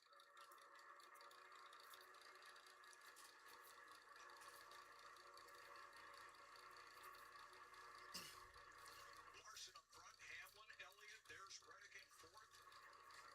Hamlin's lead with the lap car of Noah Gragson. And back to 5th place, Christopher Bell. Regan. Well, Mike, we told you that he felt like he might need a return after the yellow flag stop. Thought it was going to be good after the green flag stop. But right now for Christopher Bell, just a little bit too tight since we've had those green flag stops. Going to need an adjustment for that. Yeah, and that's really one of those characteristics of this racetrack. And when it takes a swing, sticks with you for the rest of the day. Ty Gibbs, fresh off his big win. First win for him at Bristol last weekend. Running 6, holding steady. Yeah, we saw them struggle on the last stop to be able to get the handling right. First car to pit, back on the racetrack, so running 6 right now. Hoping that the handling is improved on the car. Bubba Wallace had a brush with the wall early and a little bit of contact, but now he's kind of settled out in 7th place, 13 seconds back. And I really expected him to be contending for the win today with all the Toyotas up in the front. They're doing it. They're doing an okay job right now in 7th position, but definitely expected a little more out of the 23 overall. Behind him, another Toyota. That's 6 in the top 8. Chase Briscoe running 8.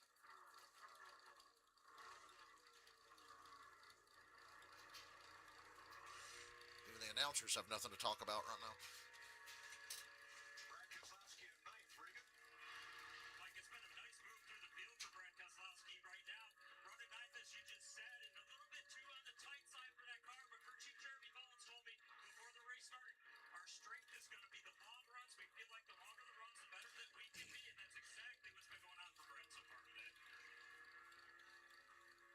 Chris Buescher back in 10th. Now, he had been the fastest Ford for most of the day, but Larry, they had trouble on their last stop. They did, Mike. I mean, they had been money because their first stop on the green was 9.2 again at the end of stage 1.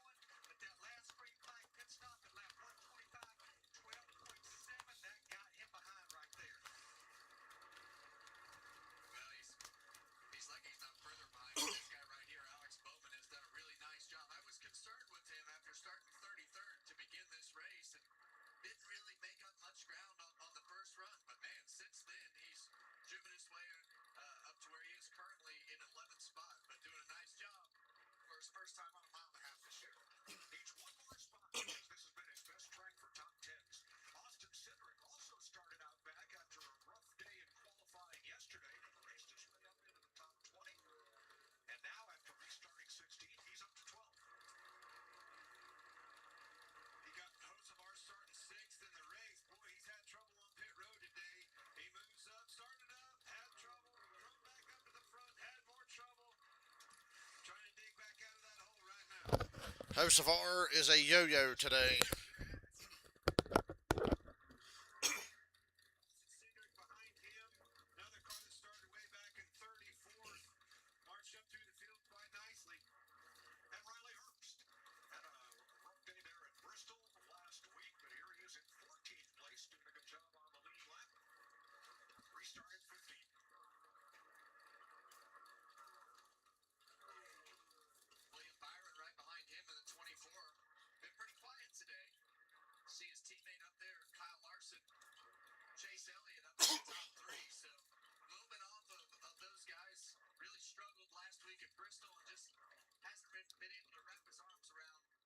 need this week either. Says you can't load the car hard getting in the corner, Byron said.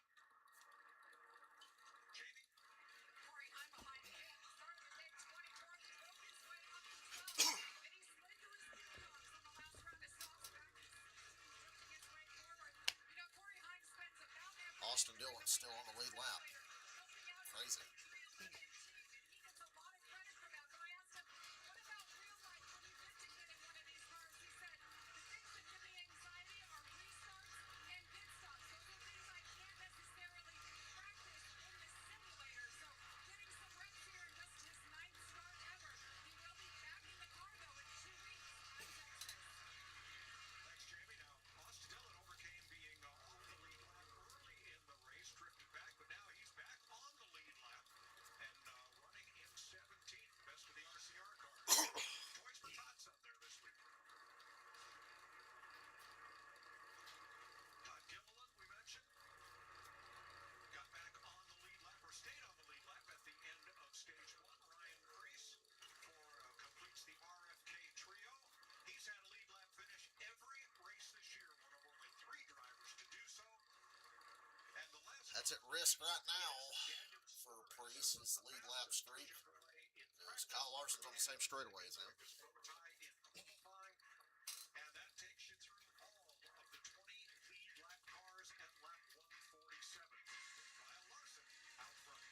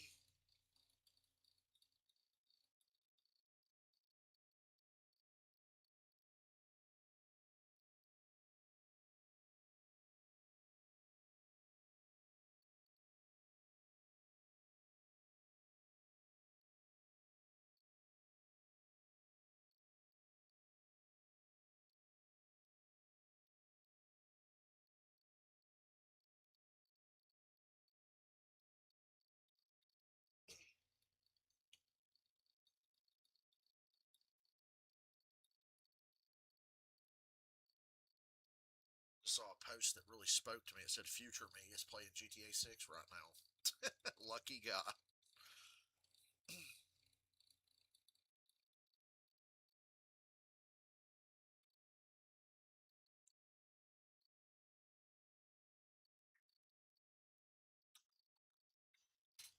Drama and the big one.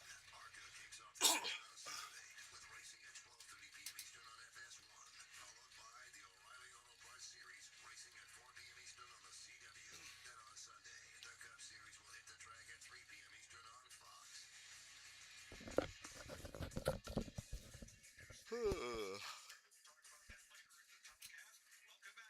Damn, I'll put my headset on.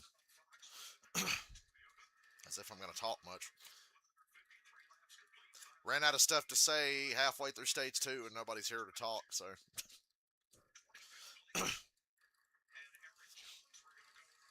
Be like Larson and drop the N word. Nobody would ever know because it's on my channel.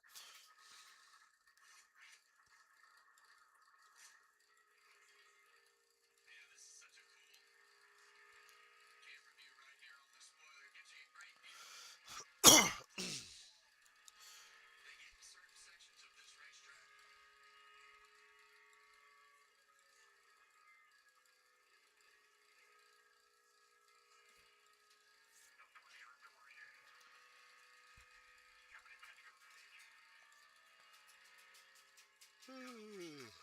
Excuse me. And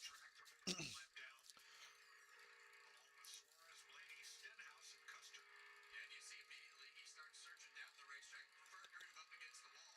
Kyle Busch is obviously in that lane, so Eric Jones is like, man, I got to get myself in a position to get some clean air on the front of this car. You can see the draft that he gets down the straightaway, but hear how much he's out of the gas and the front end takeoff. That car gets smaller in front of him. That's the weight that these things with a diffuser make behind them. Have to get out of that weight. Makes your car really tight. They've added another element to Eric's racing terrain. What about the program designed around teaching Jeff Gordon to read? Nobody knows that meme. But I do. Stamping out Gordon's illiteracy is the most important fight of his life.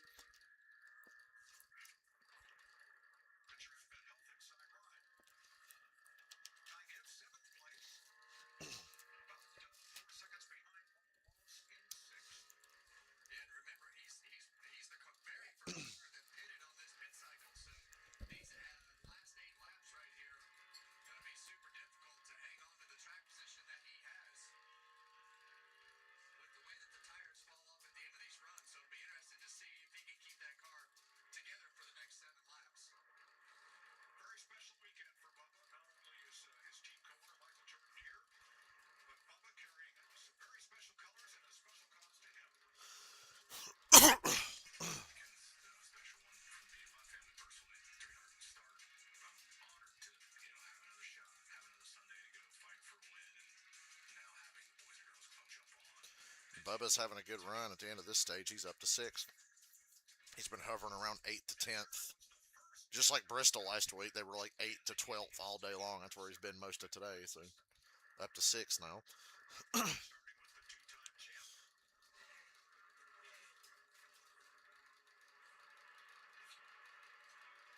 Not a good day for Penske. And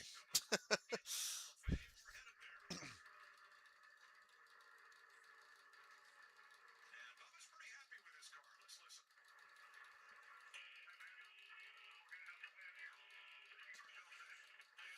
Bubba just said he thinks he's good enough. They're good enough to win today. I'm starting to see the vision.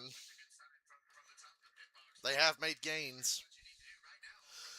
5 to go. Just needs some track positions. Looking at the lap times right now, he's right in the game with our leader, Kyle Larson. Denny Hamlin a little faster than both of those guys that lap, but not much. So Better nail that stage 3 restart. There's no guarantee there's going to be another restart after that. in the conversation, Be good on pit road and get a good restart on stage 3. Pretty much comes down to that. Trying to get stage points. That's your top 10. With Hocevar about a second ahead.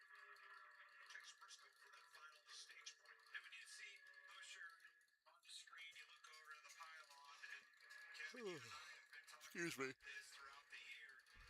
RFK does a good job of just quietly taking care of business in the point scenario when you start thinking about championship and year-end situations. They're not where they need to be, but they're taking care of business on points for sure. Taking care of business. biggest thing with the 6 car is Brad. He's got to qualify better. We see, Chris Buescher qualify better, and for Brad today, it's going to work out as you see.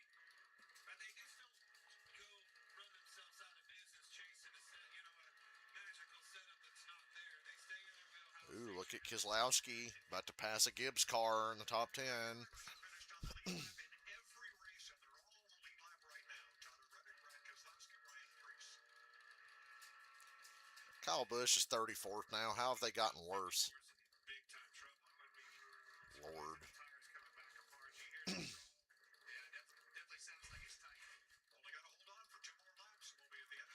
Somebody's going to have to run long enough in the third stage and blow or shred a tire or something. Is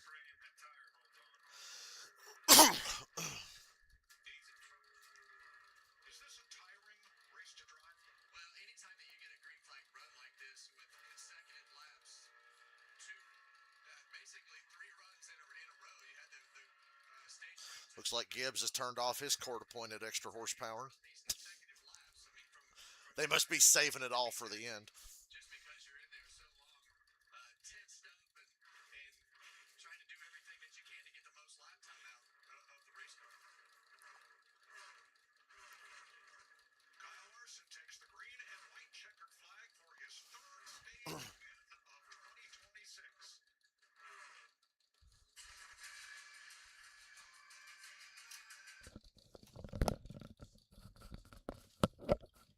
Let's see, Larson won stage 2. Host of our 10th. You don't get points, you get point. yeah. Singular, not plural, but it's better than nothing.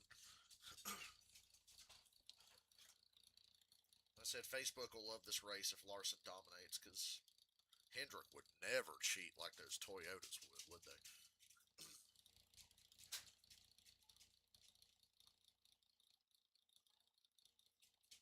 Like I said, I guess all the Toyotas have turned off their extra horsepower and saving it for late in the race, right? That's usually how it goes.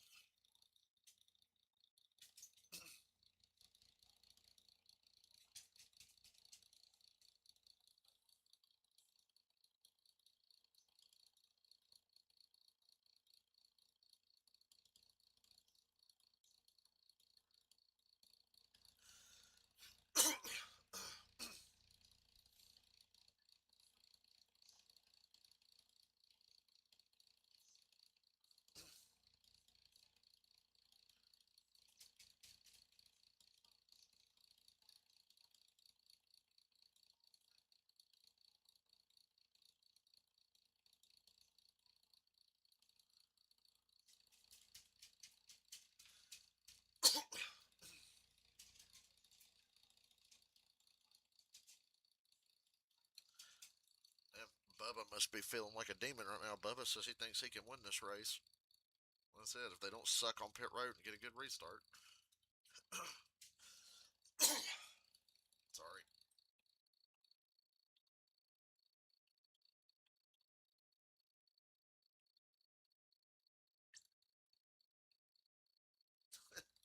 There's a fucking statue of Hulk Hogan at WWE World at WrestleMania, and it's like bronze, so he looks brown. And somebody said, well, in the end, Hulk Hogan became what he hated most, a person of color.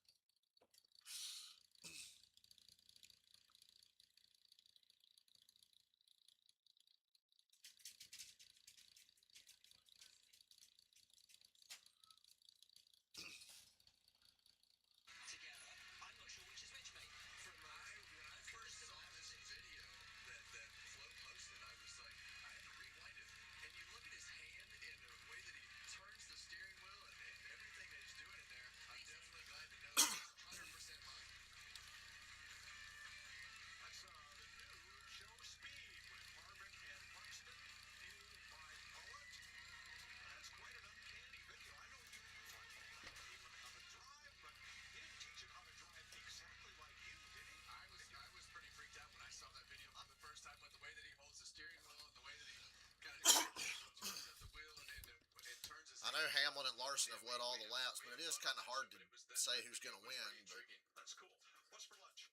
Larson, Hamlin, Riddick, Bubba, maybe You Chase. gotta have some good barbecue, and if you're gonna have good barbecue, it better I know be Bubba's lurking. a lot of good barbecue. Q39, there's a bunch of. Like I said, they ran 8th to 10th all day like they did at Bristol, but now he's up to 6th, and his lap times were as good as the leaders. There you go, Kevin. And if you're gonna, the Kansas City connection is definitely burned in. Bro, this shit's making me hungry, and I'm not eating till after the fucking race. Go ahead, Mike. No, they smell good. I'll do it for you. Okay, go ahead. Brother, I am starving now. Oh, that's definitely them. Try one. All right, we're going to leave Clint holding the bag. Then it's time for pit stops while we grab a little bit of lunch. While we look at That's a pretty safe pattern to follow, honestly, because that just seems to happen a lot. Because the reason it happens is just everybody is so close together. NASCAR racing. There's no, even though somebody looks dominant, they're not that much better than everybody else.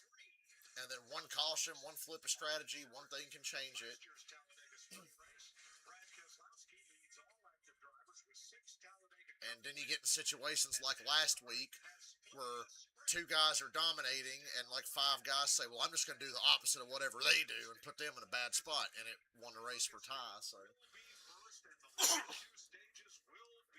I think I might have said last week, I said, this is one of them races where I'm going to do opposite of whoever the hell's leading this thing, no matter what. Today, you can't really do that. Today, it's about pit road and restarts and long run speed.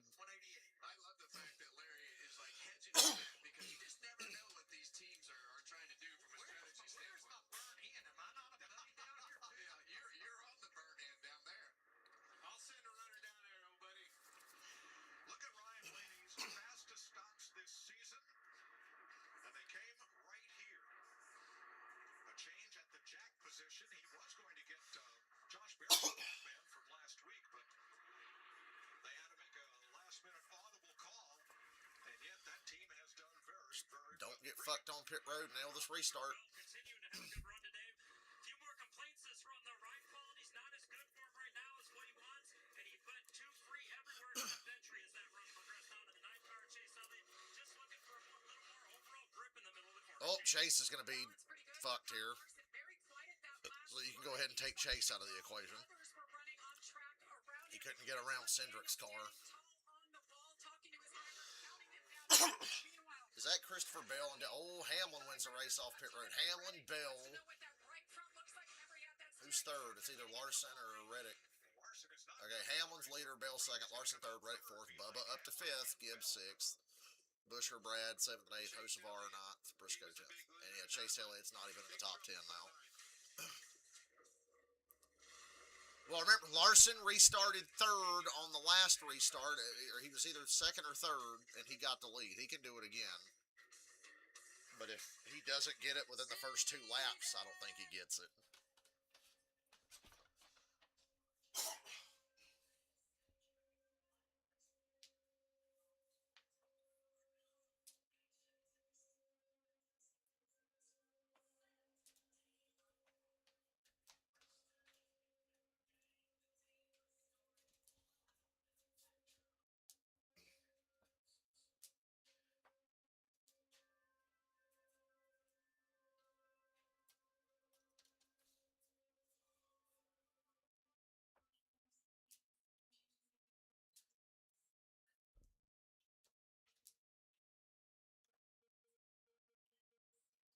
I pointed out, I said that sneaky ass Christopher Bell's been like getting slightly better all day long.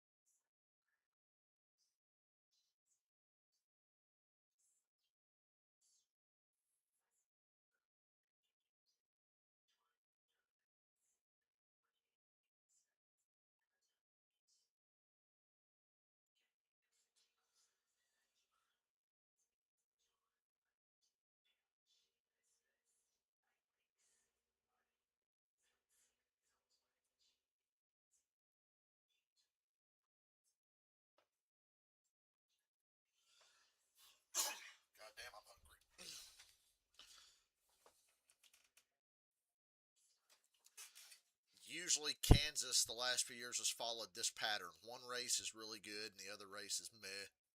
Last year the spring race was terrible, but the fall race was one of the best races of the year. It happens. It's still one of my favorites because it's a mile and a half that actually has fucking tire wear. So, but Chicago could overtake it. Remember, they are going to race at Chicago this year.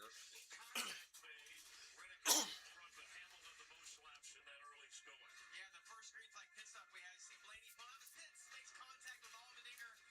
Had a little bit of damage on Blaney's nose. He's now a lap down in 21st. Denny Hamlin, the stage 1 winner, led 83 laps, but then in stage 2, Kyle Larson, lap 89, gets out in front as far back as 16th at one point, becomes the all-time lap leader here at Kansas.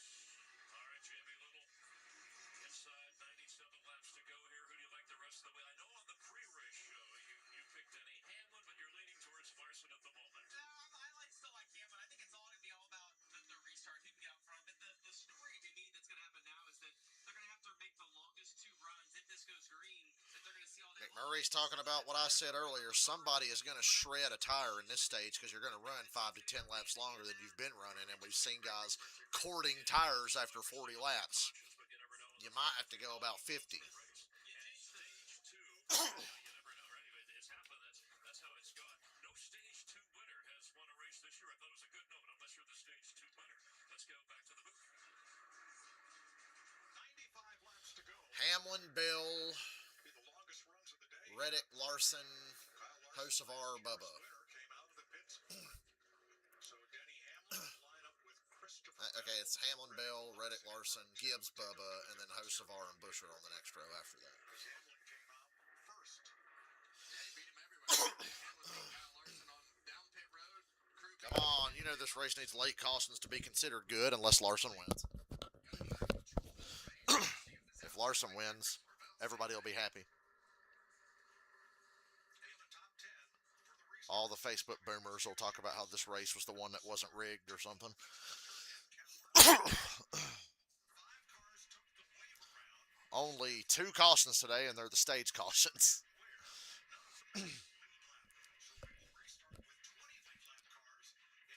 I can't believe Austin Dillon is one of the 20 lead lap cars, and Kyle Busch is 34th last I saw.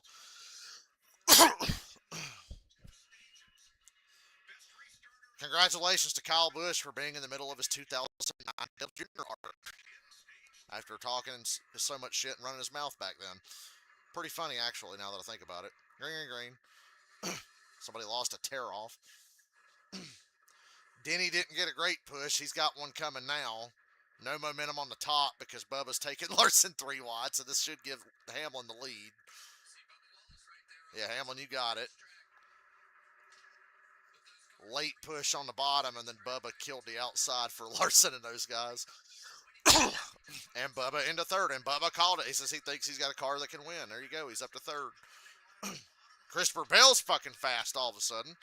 Is Blaney just bad? Nah, they were top 10, but got hit on pit road. And they had to stop an extra time or have a long stop to fix damage after they got run into on pit road. Blaney is the only fast Penske car, but he's fucked now. And Christopher Bell takes the lead around the outside of Denny. There you go. Logano is the only Penske car that flat out sucks today, truthfully. And we're back to the extra horsepower. God damn it, they turned it back on, Dylan. I said earlier they must be turning it off to make the race look good, and then they get in stage 3, and now look. Their court-appointed horsepower is back now. That's not fair.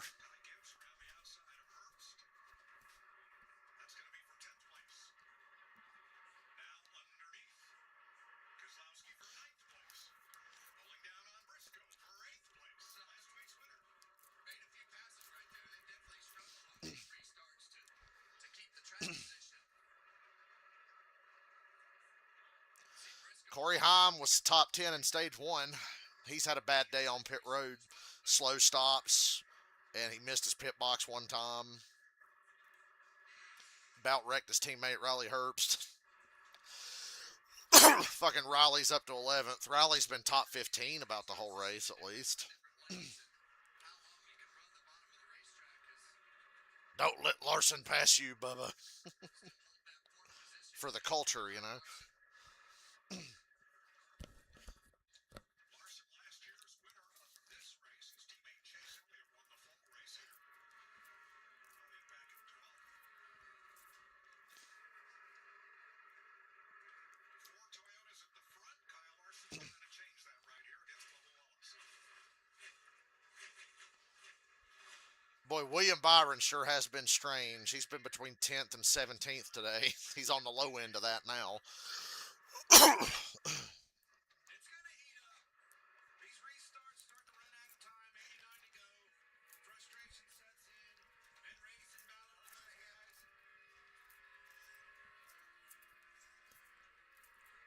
And you saw Ty Gibbs right there. He was going to the bottom of the racetrack, and that's the cat and mouse game that you have to play from a driver's standpoint. He goes to the bottom, you got to go to the top. He goes to the top, you got to go to the bottom. You don't want to be in the same lane. Well, now instead of showing you the scheduled car commercial, thanks to Toyota, we're going to stay right here on track and go.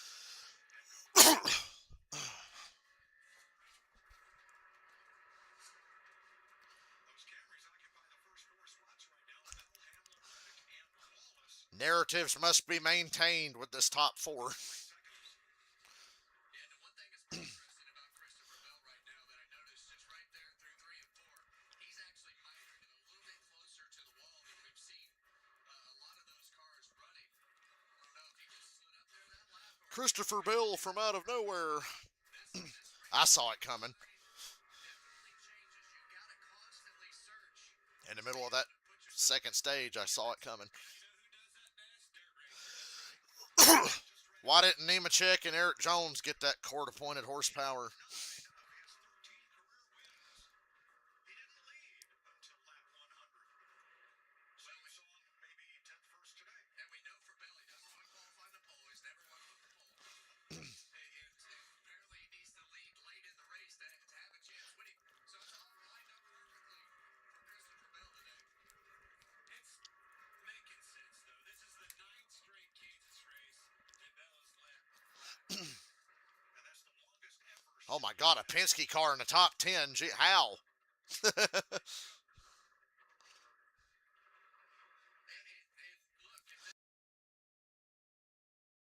I will say Cindric and Gilliland have been sneaky good today. Not any threat to win or anything, but they've been good. pit road sits in that 20 pit stall. They've been consistently the fastest. All the rankings, everything that they have is the best that there is on pit roads. Pointing in the right direction right now for Christopher Bell for this all to line up today. Denny Hamlin in the picture, just 0.6 of a second back. Just hang right there, Denny. Now Tom Reddick sitting Keep him in sight. Don't let him get too far ahead. passionate about Reddick will burn his stuff up behind you. He's not going to be a threat, and I don't think Bubba is necessarily as good as the 20 or the 11. He's kind of the next best. Reddick's had problems late in runs today where his tires start coming apart. On the sporty side, there's a little more on the side of getting to work every day, some on the side of what makes sense for the family. You know, when you think of all the different things that are involved in motorsports. They like to go fast and have fun too. Hey, we were there. They just showed Reddick in Victory Lane at Atlanta. We were there. Reddick's won 2 of the 3 races we went to this year.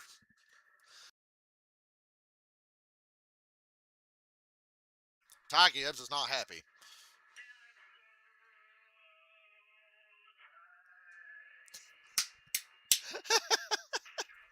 Gibbs literally sounds like me playing NASCAR 25.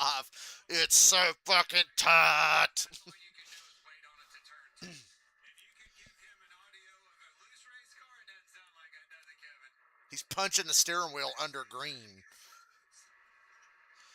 That's how mad Ty Gibbs is.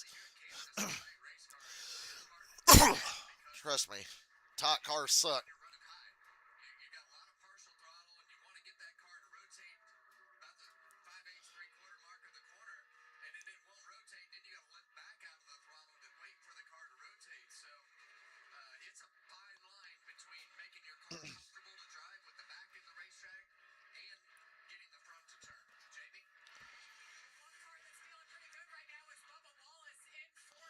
Bubba's good, but damn, they've already lost 5 seconds to Christopher Bell, running fourth.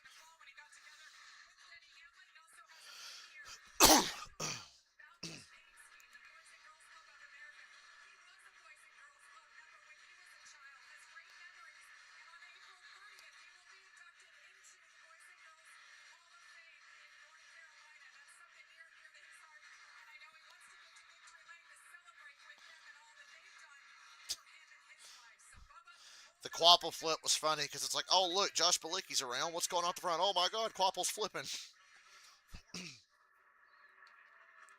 Because William Byron's washed and wrecked him. No.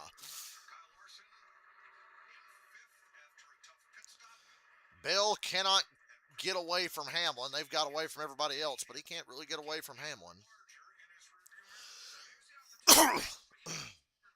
Hey, there's Ross Chastain getting lapped again. Dude, RCR is better than Trackhouse. I swear to God. Because Austin Dillon's running 18th.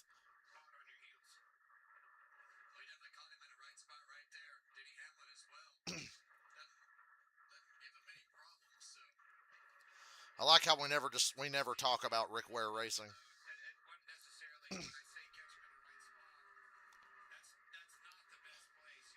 Chastain 32nd, Zillot's 33rd, and SPG's been mid-20s all day. SPG was 20th at one point. That's about as good as it got for him. Oh, now he's 30. So they're all three 30th or worse now. I didn't realize SPG had fallen that far. So all the Trackhouse cars are 30th or worse.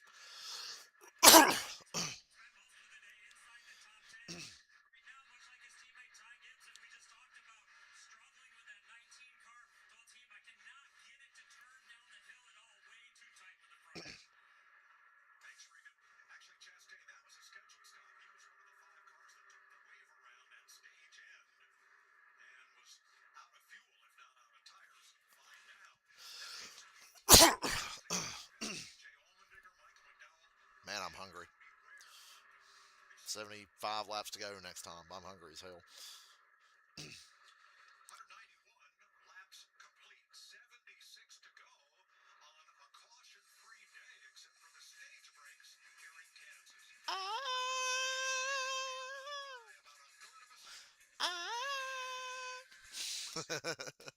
Oh my God, a full screen commercial? What the fuck, Fox? Thought we were past that. I guess we just haven't had enough cautions today to get full screen commercials in.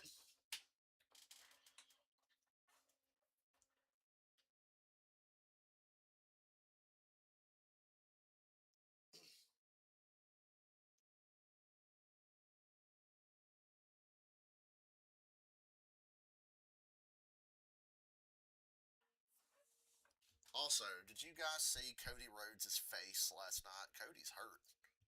And right as I say that, I scroll down Twitter and I see Cody Rhodes is hurt. His eyes fucked up. Orbital bone.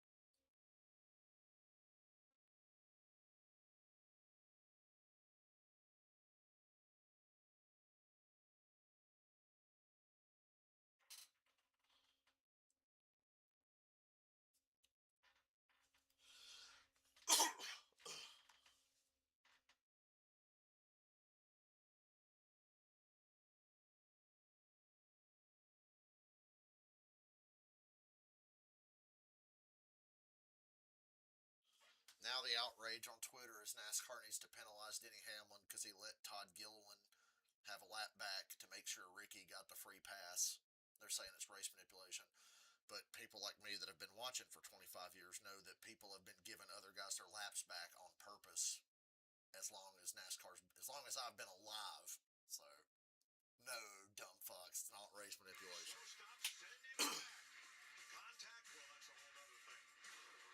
I even noticed how fast Gilliland was and said, I don't know if I'd have let him back on the lead lap. He looked real good at one point.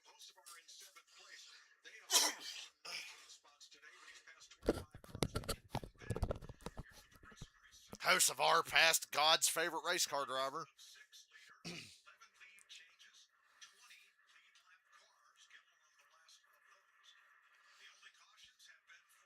Spire is good, but they're just not going to break through that glass ceiling you see in the top 5 of Hendrick, Gibbs, and 2311. But Spire's good. Bell is holding off Hamlin. Harvick pointed out Bell and Hamlin are running even lap times, essentially.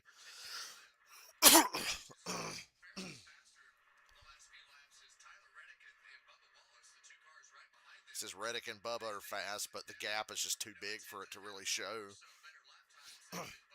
They fell behind early in the run by 5 seconds or more, and now they're faster, and it's not enough to make a difference.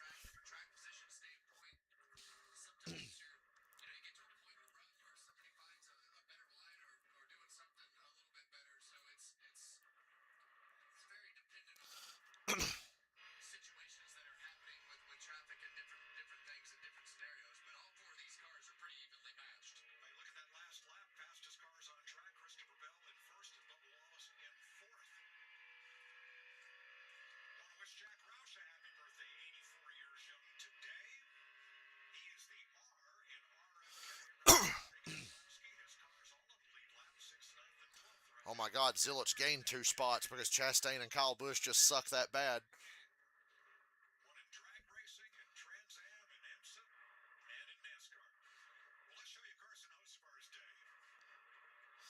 Chastain literally said in his media availability this weekend that this is just what we are right now, and it's not going to get any better anytime soon. He basically said, yeah, we're slow, and that's just what we have this year. They'll obviously keep working and trying to get better, but they're so far off. Good grief, they're 32nd. They're all the Trackhouse cars running in 30s.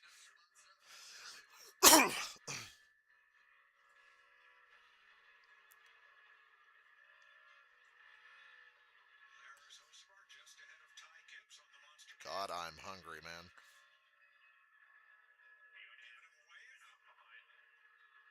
Look at Hocevar being a good guy, donating a spot to the Lord by letting Ty Gibbs go by. And then races him back. He pointed him to the inside and then raced him back, which is pretty funny.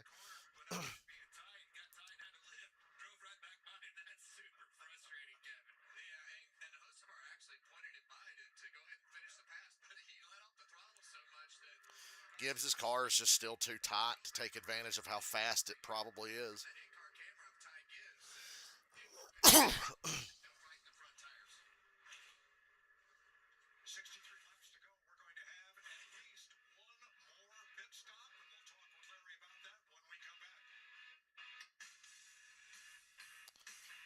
No full screen commercial this time. Fuck, I'm hungry.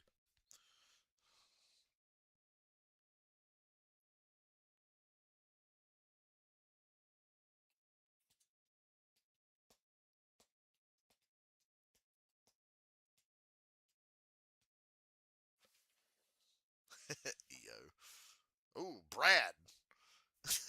Brad was sideways, man.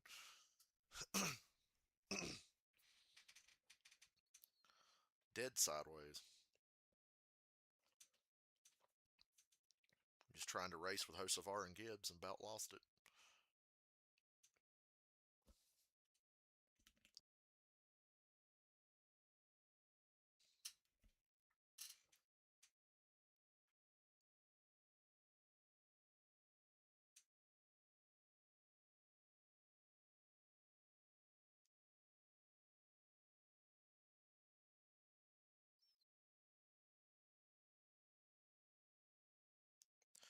Yeah, Reddick's caught Denny.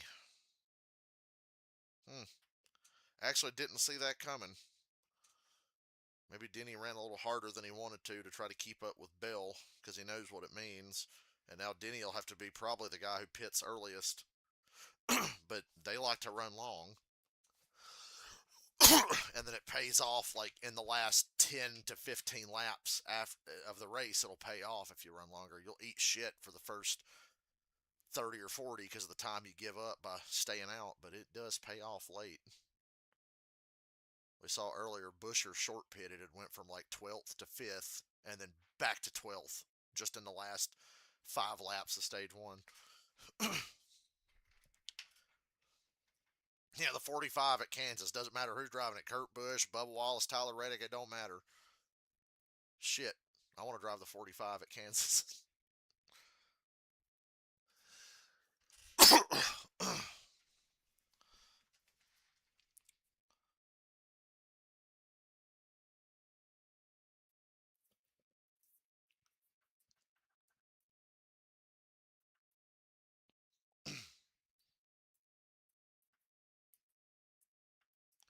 Oh, sweet. The All-Star race at Dover's coming up, boys. I know you're just excited about that. Coming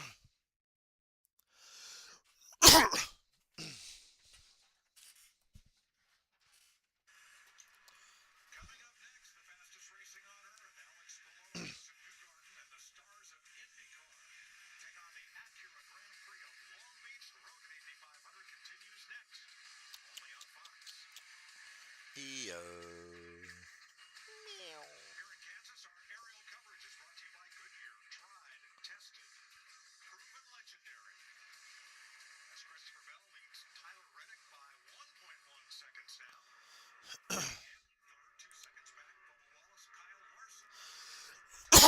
Talk to your boy. Let's get tickets for the Dover All-Star race. That'll be a week I'm happy to be at home.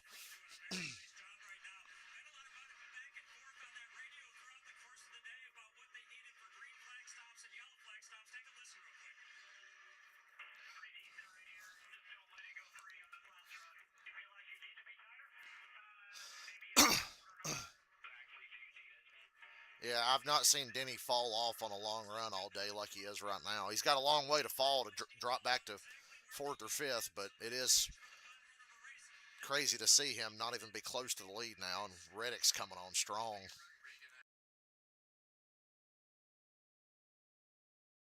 Reddick and Denny flip. This is the best Reddick has been this deep into a run today. He's been good all day, but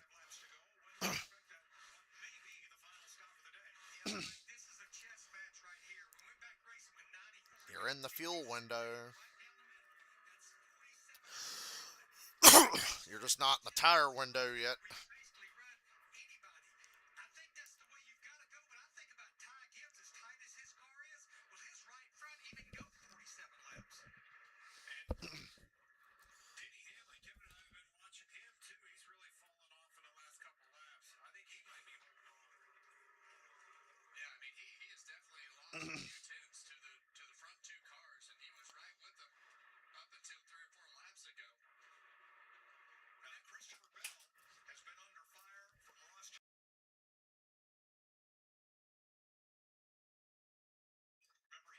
Hey, Ross Chastain's about to get lapped again.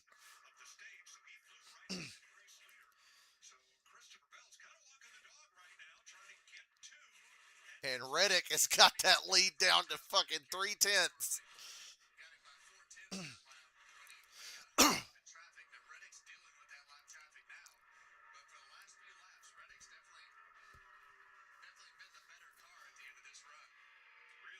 I think somebody will short pit, but are they going to be even close enough to take advantage? So, like, Bubba is 3.5 seconds back. Let's say he short pits. Does he come out right on top of the leaders after they run a little longer? Bubba just passed Denny. Oh, Denny pitted. Denny's the first to pit road. Good call. There you go. Somebody short pitting. Only by about 2 laps or so, but he's the first in. The 11 team has flipped their approach. They've been running long all day. They've always been one of the last cars to pit.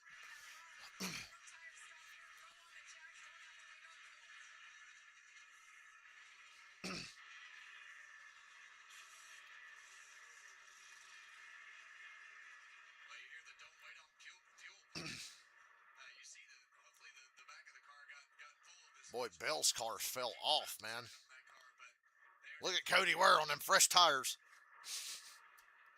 Cody Ware completed the pass. Again, Ware on fresh tires. yeah, that goes to show you the difference in a new set of tires. That's the last place car passing the first place car. So drastic difference when you put those new tires on these race cars from a lap time standpoint. Austin Dillon has stopped Alex Bowman. 50 to go. Cedric in the pit lane, along with his teammate Joey Logano. And here comes Ty Gibbs to the pit road.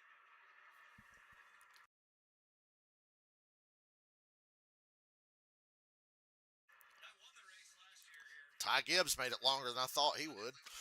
That's for sure. But I think right now, I mean, at the Denny's going to have a 6-second lead. Like I said, he was still close enough, I think, to take advantage. That might be an uncontrolled tire on the 54. Does that count? I mean, it went to a garage opening, so it's not out on the pit road. And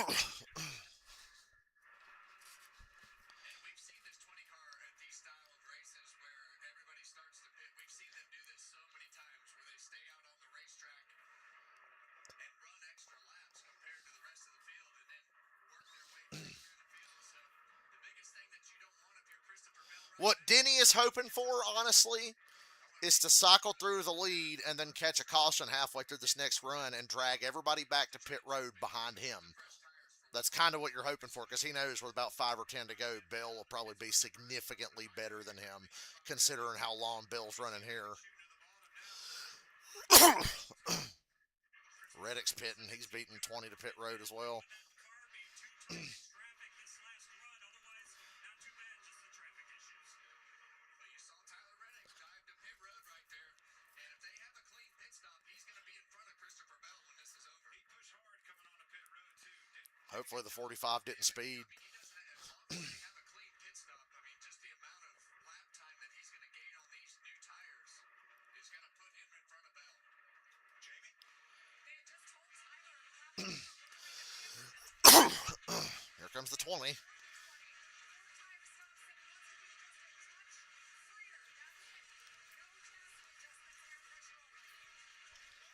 So Bell kind of fades on a long run. He fired off good, faded a bit.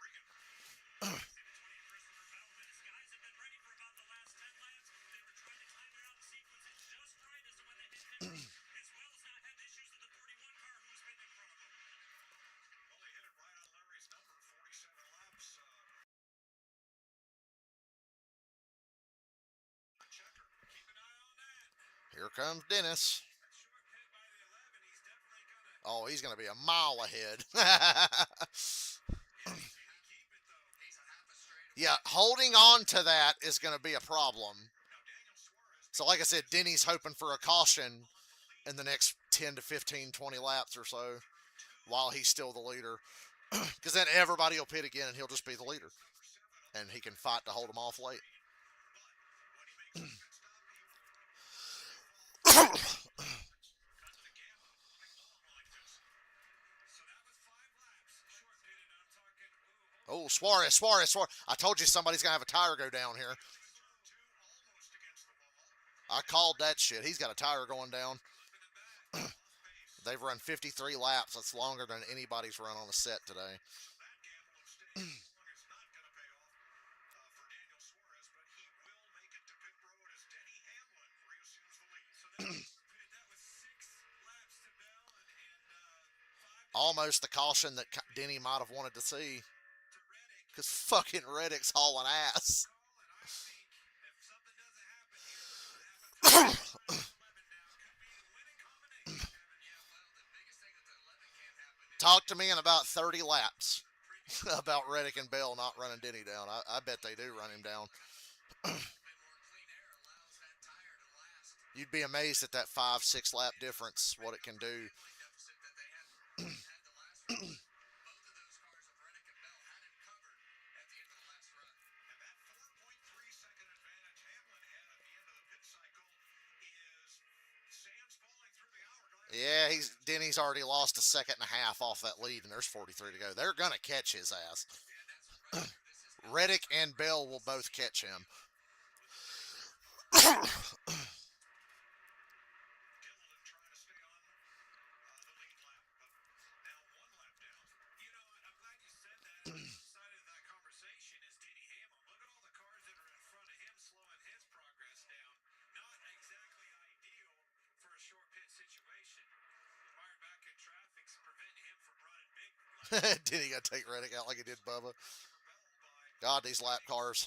that cost him place now. Yeah, and that's the guy that really got snookered on that pit cycle. 45 just beat him to the punch right there to get to pit road first and jump over Christopher Bell. Larry? Yeah, just looking at the actual pit stops, the time they were in the box. Denny Hamlin was 10.6. Tyler Reddick was 9.5. 20, no surprise, 9.05.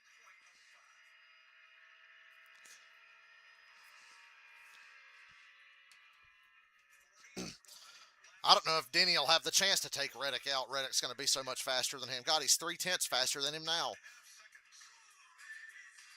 Bubba and Busch are fastest. Remember, they ran long as well. Bubba and Buescher both ran a little longer.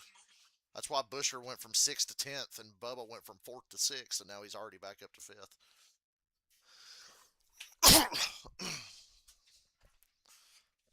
So remember that. They ran long as well, just like Reddick and Bell.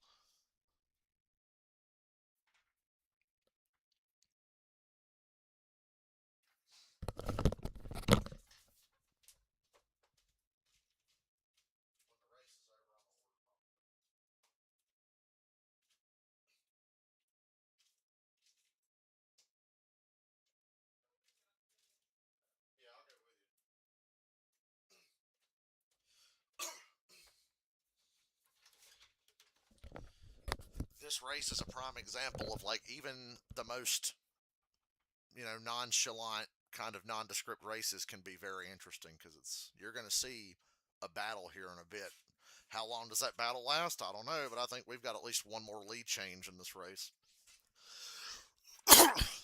Certainly if it stays green, and if a caution comes out, forget about it. There's going to be some crazy shit if a caution comes out. So we're just kind of at that point in the race where one thing could happen or a million other crazy things could happen if a caution comes out. But if a caution comes out, everybody pits and takes 4 tires, and then it's just restart chaos for the rest of the day. That's how you end up with the closest finish in history, like with Buescher and Larson a couple of years ago, and then the last lap pass with Chase, Denny, and Bubba last fall. Larson just passed Bell for 3rd, and Bubba's on the way.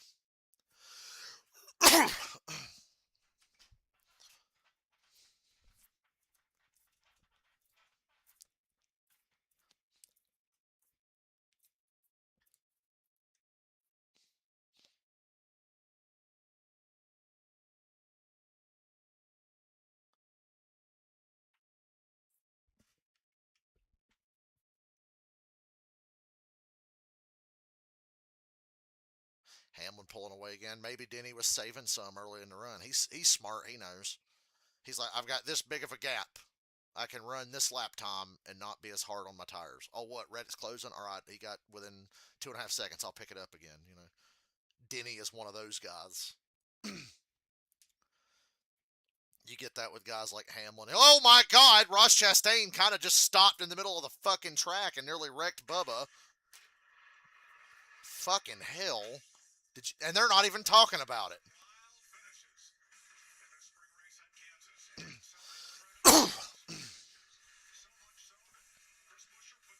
Good God.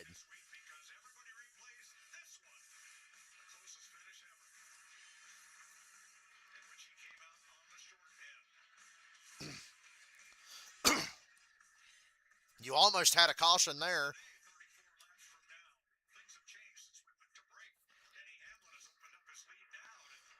Bubba lost a lot of time there, almost getting wrecked by Chastain, but he did get by the 20 at least.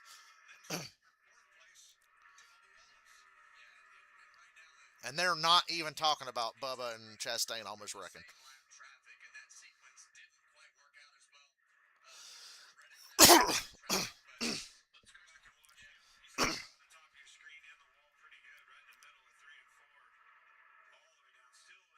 wow, Bill was all up in the wall. Hit the damn wall, as Ward Burton would say. Remember Sterling Marlin? Blow a damn tire.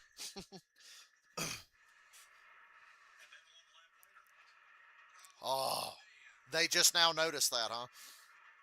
Wallace had to come up the racetrack right there because Ross Chastain was a groove, 2 grooves off the bottom, right in the middle of the road, trying to get to pit road. Well, we thought Bill was going to have a chance to win this race. We almost got our first caution for cause today, other than the 2 stage breaks.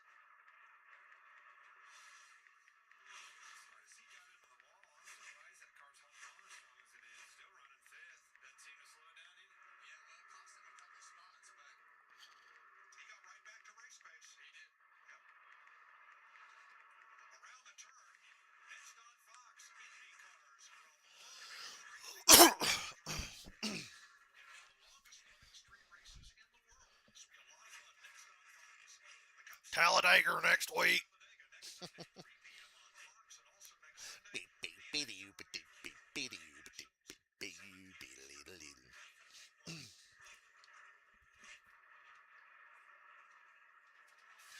One of the favorites today. Reddick 2/10 quicker that lap. For a total of Streaming IndyCar. Nope. I'm going to go eat and watch WrestleMania. I've got my computer open so I can kind of glance at lap times whenever they don't show. Right now they're showing them on the ticker on the broadcast, but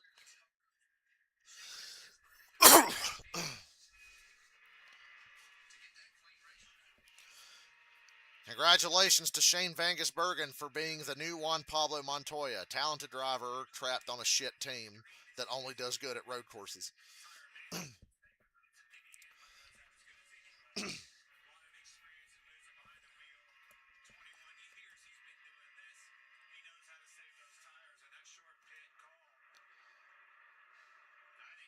How the hell did Bell get back to Bubba's inside?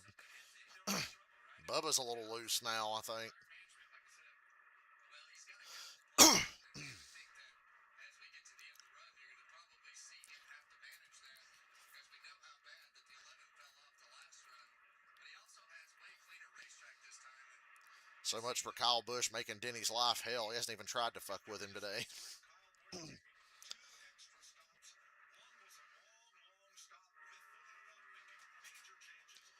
Good God, Kyle Busch is dead last. You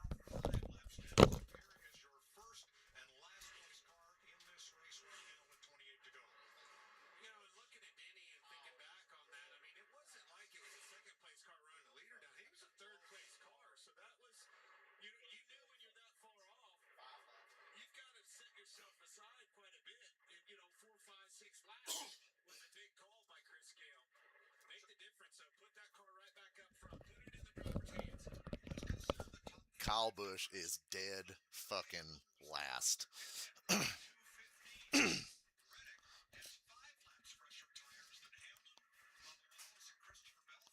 Look at Keselowski and Buescher being top 10 every week again.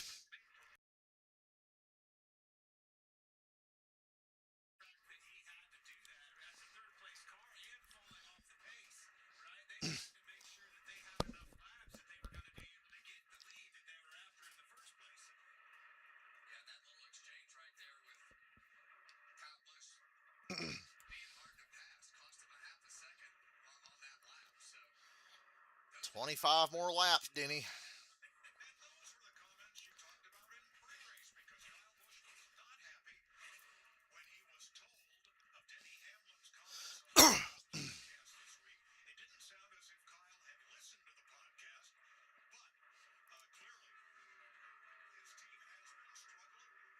And here is what Denny Hamlin said after hearing Kyle Busch's comments.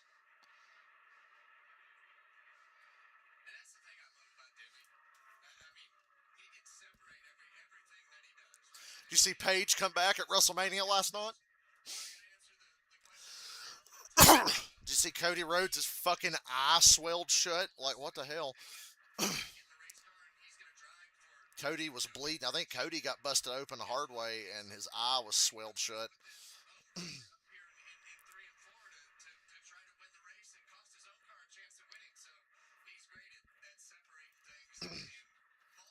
Down to 2 seconds with 23 to go.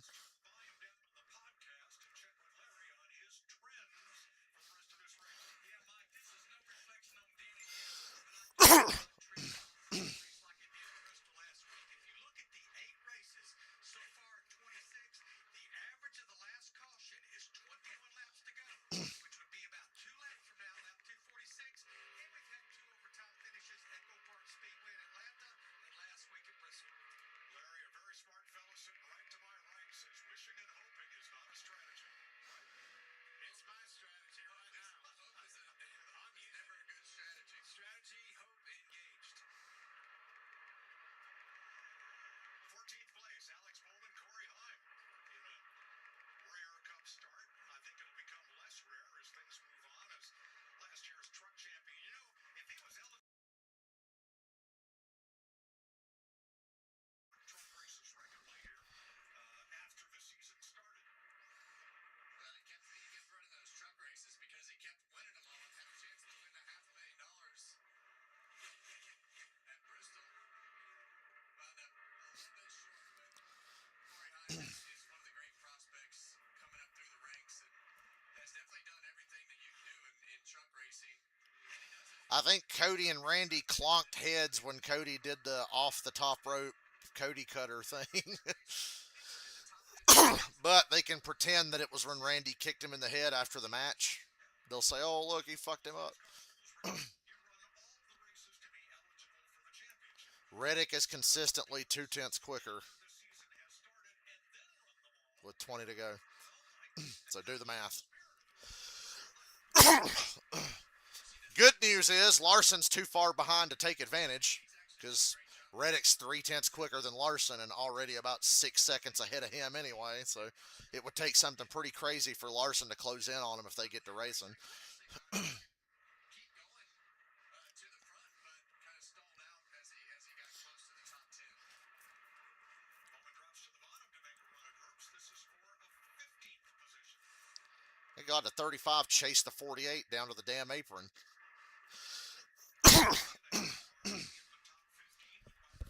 Bowman's running better than Byron.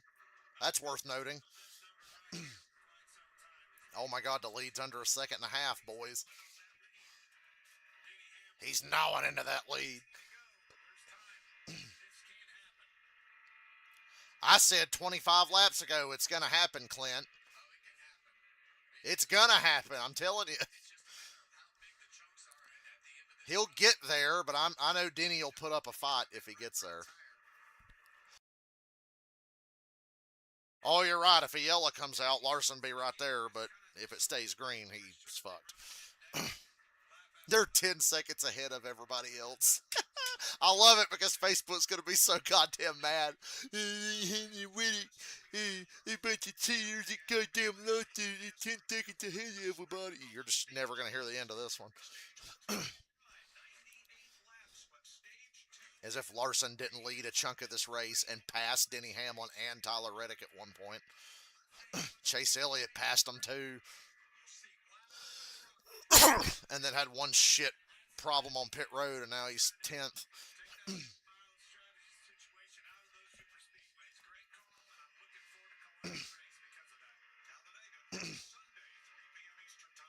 They're still going to save gas like crazy in the first stage, but the idea is it's not going to eliminate fuel saving, and NASCAR says they understand that, but the idea is let's get that out of the way and spend the second half of the race just racing straight up without the fuel saving stuff. So on that front, it should work. 15 to go, and Reddick took another bite out of the lead there, another 3 or 4 tenths. To the point of having to be right on the back bumper of the 11 car. He's got, 5 laps or so. Denny's car's loose out of the corner. He can't get the power down off of 2 because it wanted to get loose on him.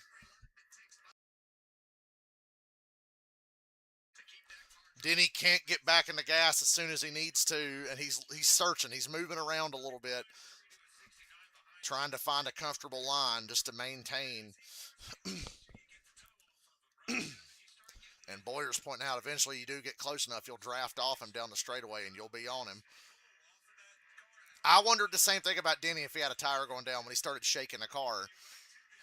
Like, was he feeling a vibration and trying to suss it out, or is it just loose and he can't get the gas down without wiggling and having to put more steering wheel in it back and forth to straighten it out? Keeps getting a little bit less every time we make a lap here around this racetrack. He's there. Now it's the time to start racing. 13 to go. Larson's 11 seconds back in third.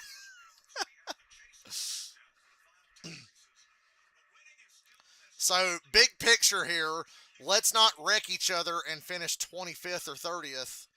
Well, they'd finish about 20th because there's only a few cars on the lead lap. But don't wreck for this win and give up all these points, especially Reddick, who got such a head start this year and wants to keep maintaining that.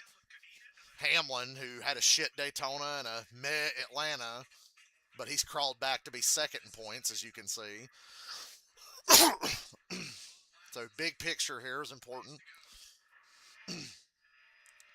That's why Blaney wasn't. I know Blaney was bummed that he didn't win last week, but he wasn't totally upset because fuck, he ran top 5 in both stages and finished second. That's a good day. Oh my god! Look at this. Unless he feels like something's wrong with that car. Those 2 corners, he gave up his whole lead. He's trying it. Oh my lord. Denny just mirror drive it. Although it's going to be hard to mirror drive because Reddick will just charge into the corner and be able to drive deeper in and clear up. Here he goes.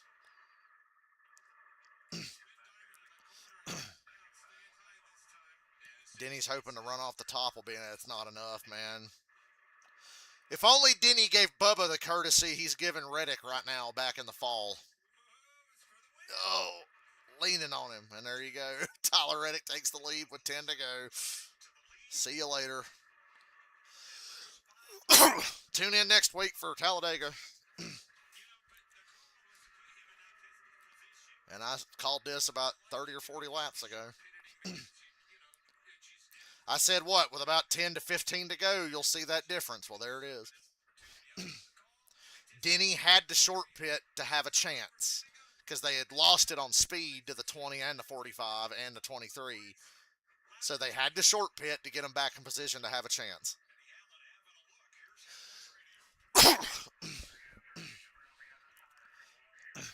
And they're telling Denny stay on him because Reddick has had some tires start to come apart today. He hasn't blown one, but he's had some tire cording at the end of the stages.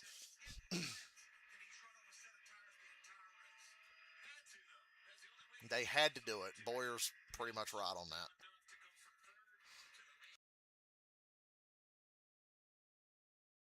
Well, I'm sure they're happy to see Michael Jordan back at the racetrack because Every time this motherfucker shows up now, they win.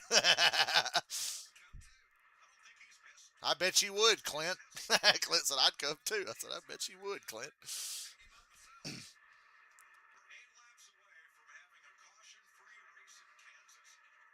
Yeah, we're going to have a caution-free race without the stage yellows, of course. Wow, how the hell did Denny catch back up to him?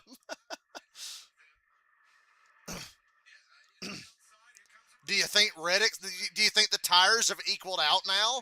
Because like I said, Reddick's had problems all day long on long runs with tires. And I think it's evened out. Reddick's still just a little better. He can get the run off the top. Denny he's too loose.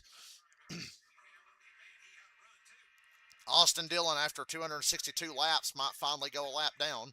That is unreal. Austin Dillon's been on the lead lap this entire damn race. A caution-free race in the 3-car has been on the lead lap all day. 18th to 20th all day long. If that damn tire pops on the 40. Oh, he bounced it. He touched the wall. Reddick touched the wall there.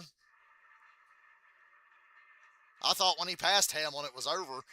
I think he's keeping the 3 in front of him because he's not fast enough to just blow by him, and it's giving him a draft down the straightaway. Oh my God, Denny. The way Denny drove in that corner there. I wish the 3-car would lay the fuck over because these guys are fighting for a win. Your 18th place finish is not that important, dude.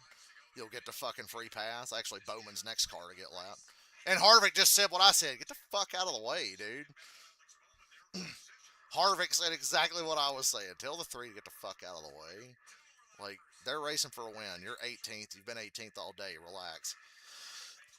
Even if you're on the lead lap late, you're not going to improve your finishing position. I like how, as loose and out of control as they are, they're still way faster than the 48, the 10, the 3, and all these guys.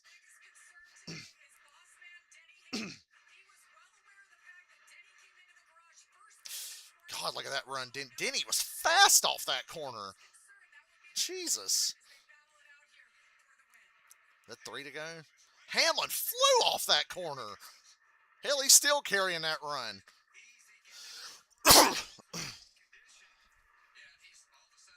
Oh, my God. Hang it out, Dennis. Hang it out. Larson finally cut into their lead. He's only 10.5 seconds off.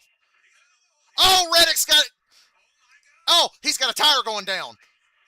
45 has to have a tire going down. He's in the wall. 2 to go. Hamlin's back to the lead. How on earth? They called that shit, and I kind of said it too. I was like, man, he loses tires late. It's been consistent all day long. They showed his fucking right rear tire after the first pit stop, and it was corded. Are you shitting me right now? Oh, my fucking God. Are you You gotta be fucking kidding me. You're Harvick. You cannot make this shit up.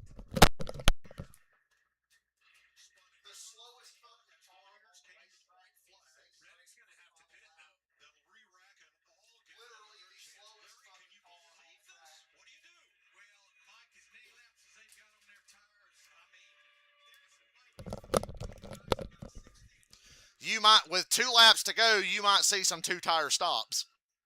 Larry Mack just pointed that out. I don't think anybody's going to stay out, but you might see some 2-tire stops.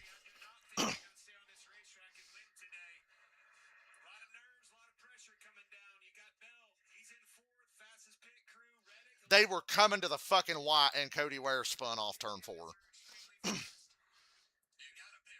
You've got to pit.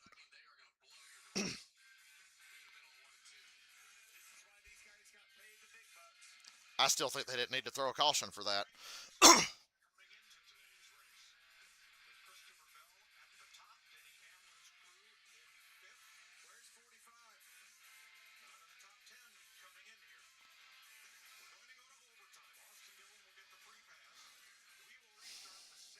Hey, Austin Dillon got the free pass.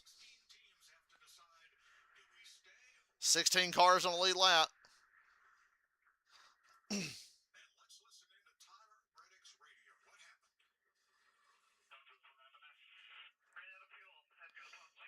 Oh, so yeah, Reddick said he sputtered. The car sputtered. Well, this caution might have saved his ass.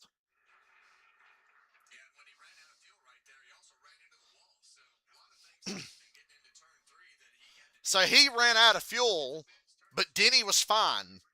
But Denny pitted like 6 laps earlier than Reddick and didn't have a fuel problem.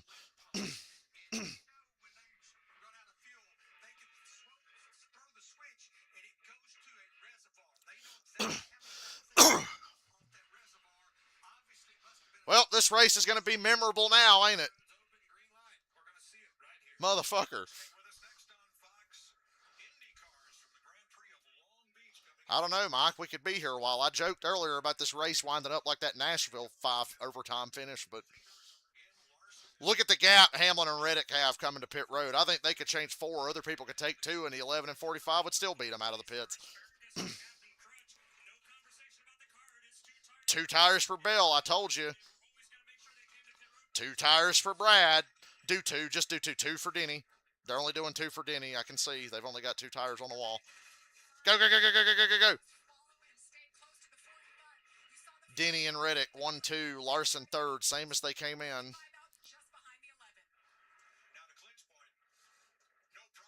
Everybody took 2. So everybody's even. So And it's those right side tires that just get absolutely mauled today. So, did somebody stay out? No way. Ain't no way somebody stayed out. God. And people are going to lie to you and say that that was a boring race so far with that battle with Hamlin and Reddick at the end.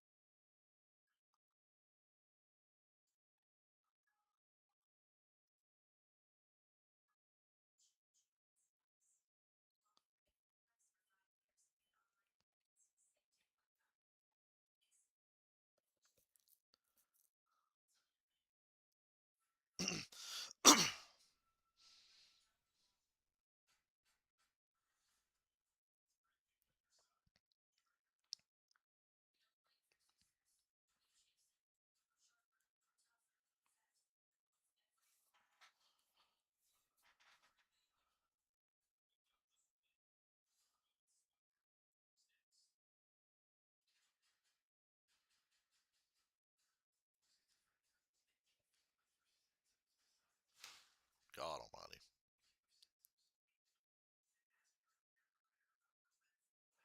And I still want to know why Austin Dillon didn't want to get the fuck out of the way.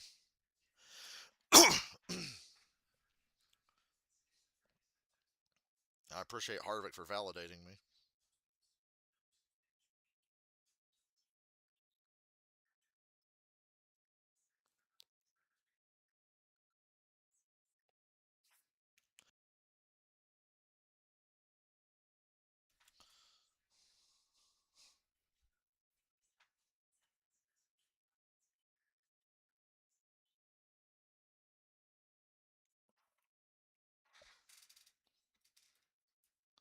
Fox, the Acura Grand Prix of Long Beach, long-running street circuit event.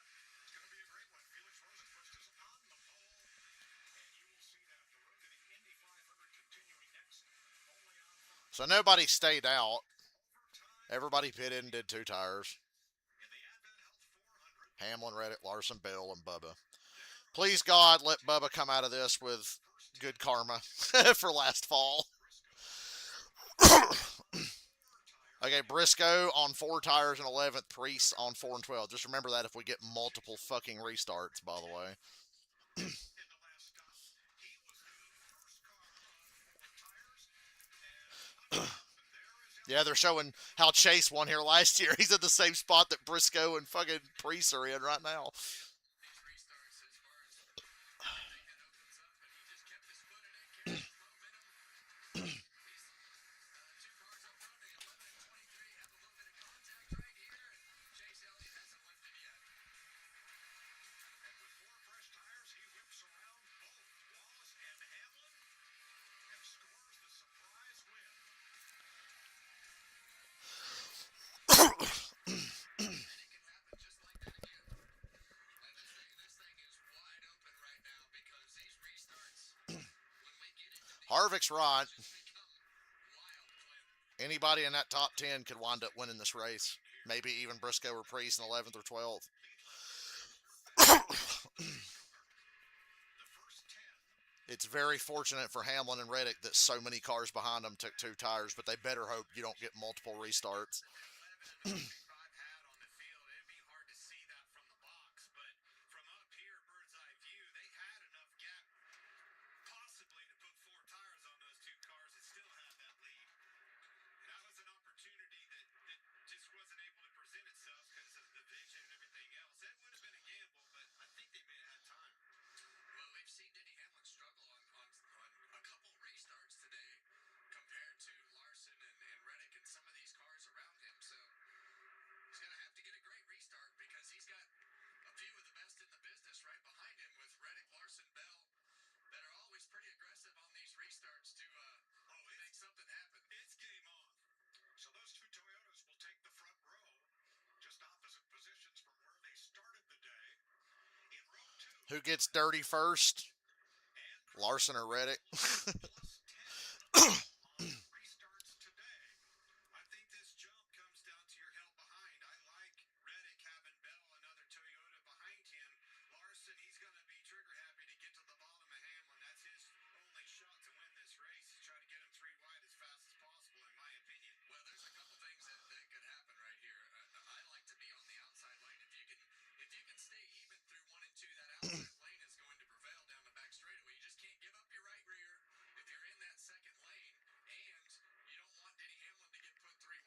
nervous. All right, keep looking back. Wallace, Keselowski, row 3, Gibbs and Elliott, row 4. Then you get to the first guys with tires. Briscoe in row 5 with 4 tires, fresh. Cindric, Byron Busher. 2-lap shootout as we go to overtime, sponsored by Credit One Bank. Oh boy. How many overtimes will we get? Let's see how Hamlin launches here. Hamlin kind of backs him up. Reddick kind of plays the same game on the outside. Who's going to get the push first? Who's going to get the push? Not Reddick. And Larson goes 3 wide on the bottom. Reddick's going to take the lead here. He's got the outside. Oh, my God. No, Larson's going to get the lead. I can't believe how that played out. Oh! And Reddick walls the 20, who comes down into Diddy, but they don't crash. Bell's car's broken. Bell's got a broken transaxle in the rear. Reddick ripping the top. He's got 1 lap to get to Larson. We made it to the white flag. Bell is spinning onto pit road, but the white flag is out. Oh, look at the dive from the 45. He's going to get there. But can he do it on the bottom? Oh, Hamlin in the wall. Hamlin had a hell of a run, and he bounced off the fucking wall. Reddick, just wall that damn 5 car. Just stay on him. Send it in, and if you go up and touch him, it don't fucking matter. Clear, clear, clear, clear, clear. Is Larson going to cross under him? No, Reddick's going to get by. And Reddick with a last lap pass on Kyle Larson wins. Lol.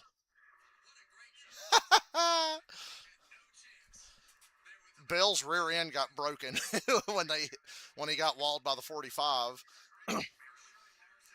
I thought Larson was for sure going to win. I didn't know how Reddick had that run. I guess Reddick just needed fresh right side tires. And it would have been a 3-car photo finish, but Hamlin ripping the top off of 2 smacked the wall and lost all his momentum. And all the little Larson fans are going to be in their fifis because they're going to claim, the horsepower. Oh, boo fucking who.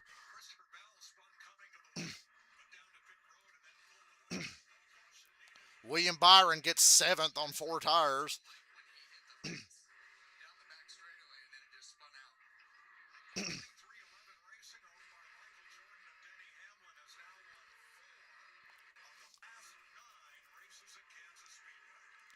Tyler Reddick on his 98 Jeff Gordon arc. You can't even be mad. He earns it, dude. Like, he earns it.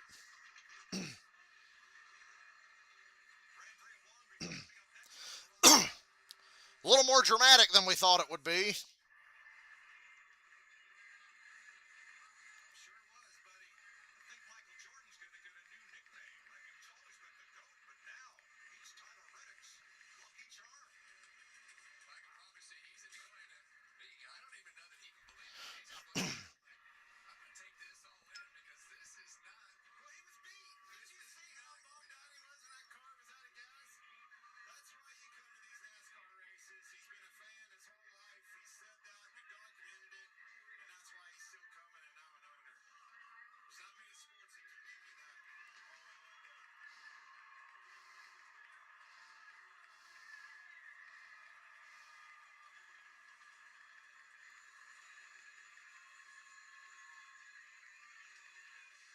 And the Larson losing streak continues. You're somewhere between pain and joy.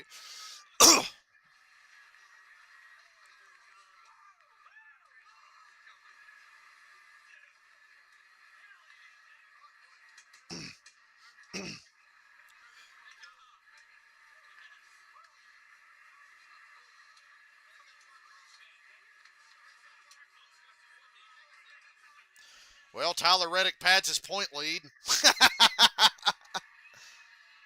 Every comment on the NASCAR post that just went live is, this is bullshit. This is bullshit.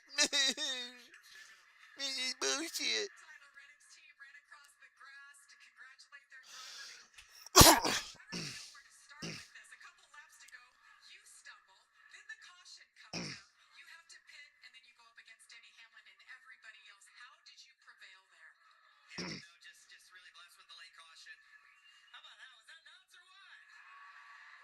That was crazy.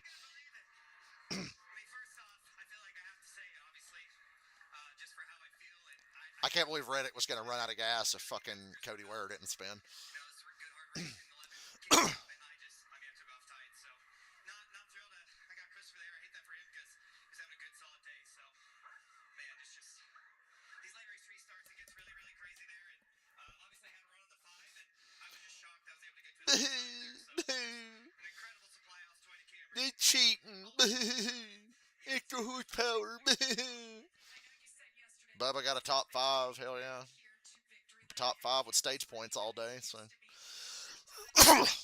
Brad Keselowski 6, still having a great year. Busher got a top 10 again. We were really solid here last fall. Ty Gibbs keeps his single-digit finishing streak continuing. We didn't win a lot of laps, unfortunately. I let Danny get away there in safe one, and we were just behind running on the end most of the time there. But yeah, to be able to Boy, Denny had that fucking race won, didn't he?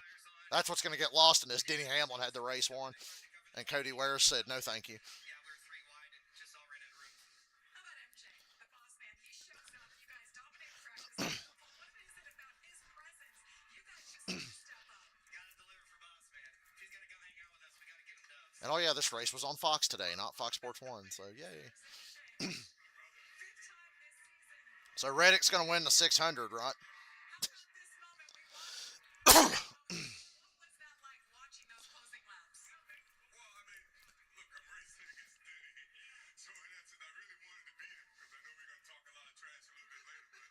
But it was a good race. When we started running out of fuel, I didn't know what was happening, but 23:11 all. I couldn't believe they were running out of gas. That's just negligent. Like I said, Denny Hamlin pitted 6 laps later than them, and he didn't stutter. This kid is on fire. I don't know if I can cool him down. He's unbelievable. That was an unbelievable last couple laps. I'm proud of the whole team. Michael, how much fun is this for you? The wave that you guys are on this season. Yeah, when you win, it's always fun. And right now it's fun for everybody. 1998 Jeff Gordon arc. Kyle Busch is 09 Dale Jr., and Reddick is 98 Jeff Gordon. Congratulations, MJ. Tyler Reddick, he gets the winning flag, and it's the 5th win on the season. Boy, if there's anybody who's used to winning, it's Michael Jordan. 5 wins. Tyler Reddick. Coming up Dude, Reddick was an inch away from knocking the wall down. Anyway, I got to get out of here. I got to go get this pizza and come back and watch WrestleMania. That was a good race. Even before the end, I still say it was a good race. That whole final stage with Hamlin and Reddick. Reddick chasing Hamlin down. I'm like, oh, Reddick's going to win. And then Hamlin catches him back, and Reddick's tired. Like, that was good racing.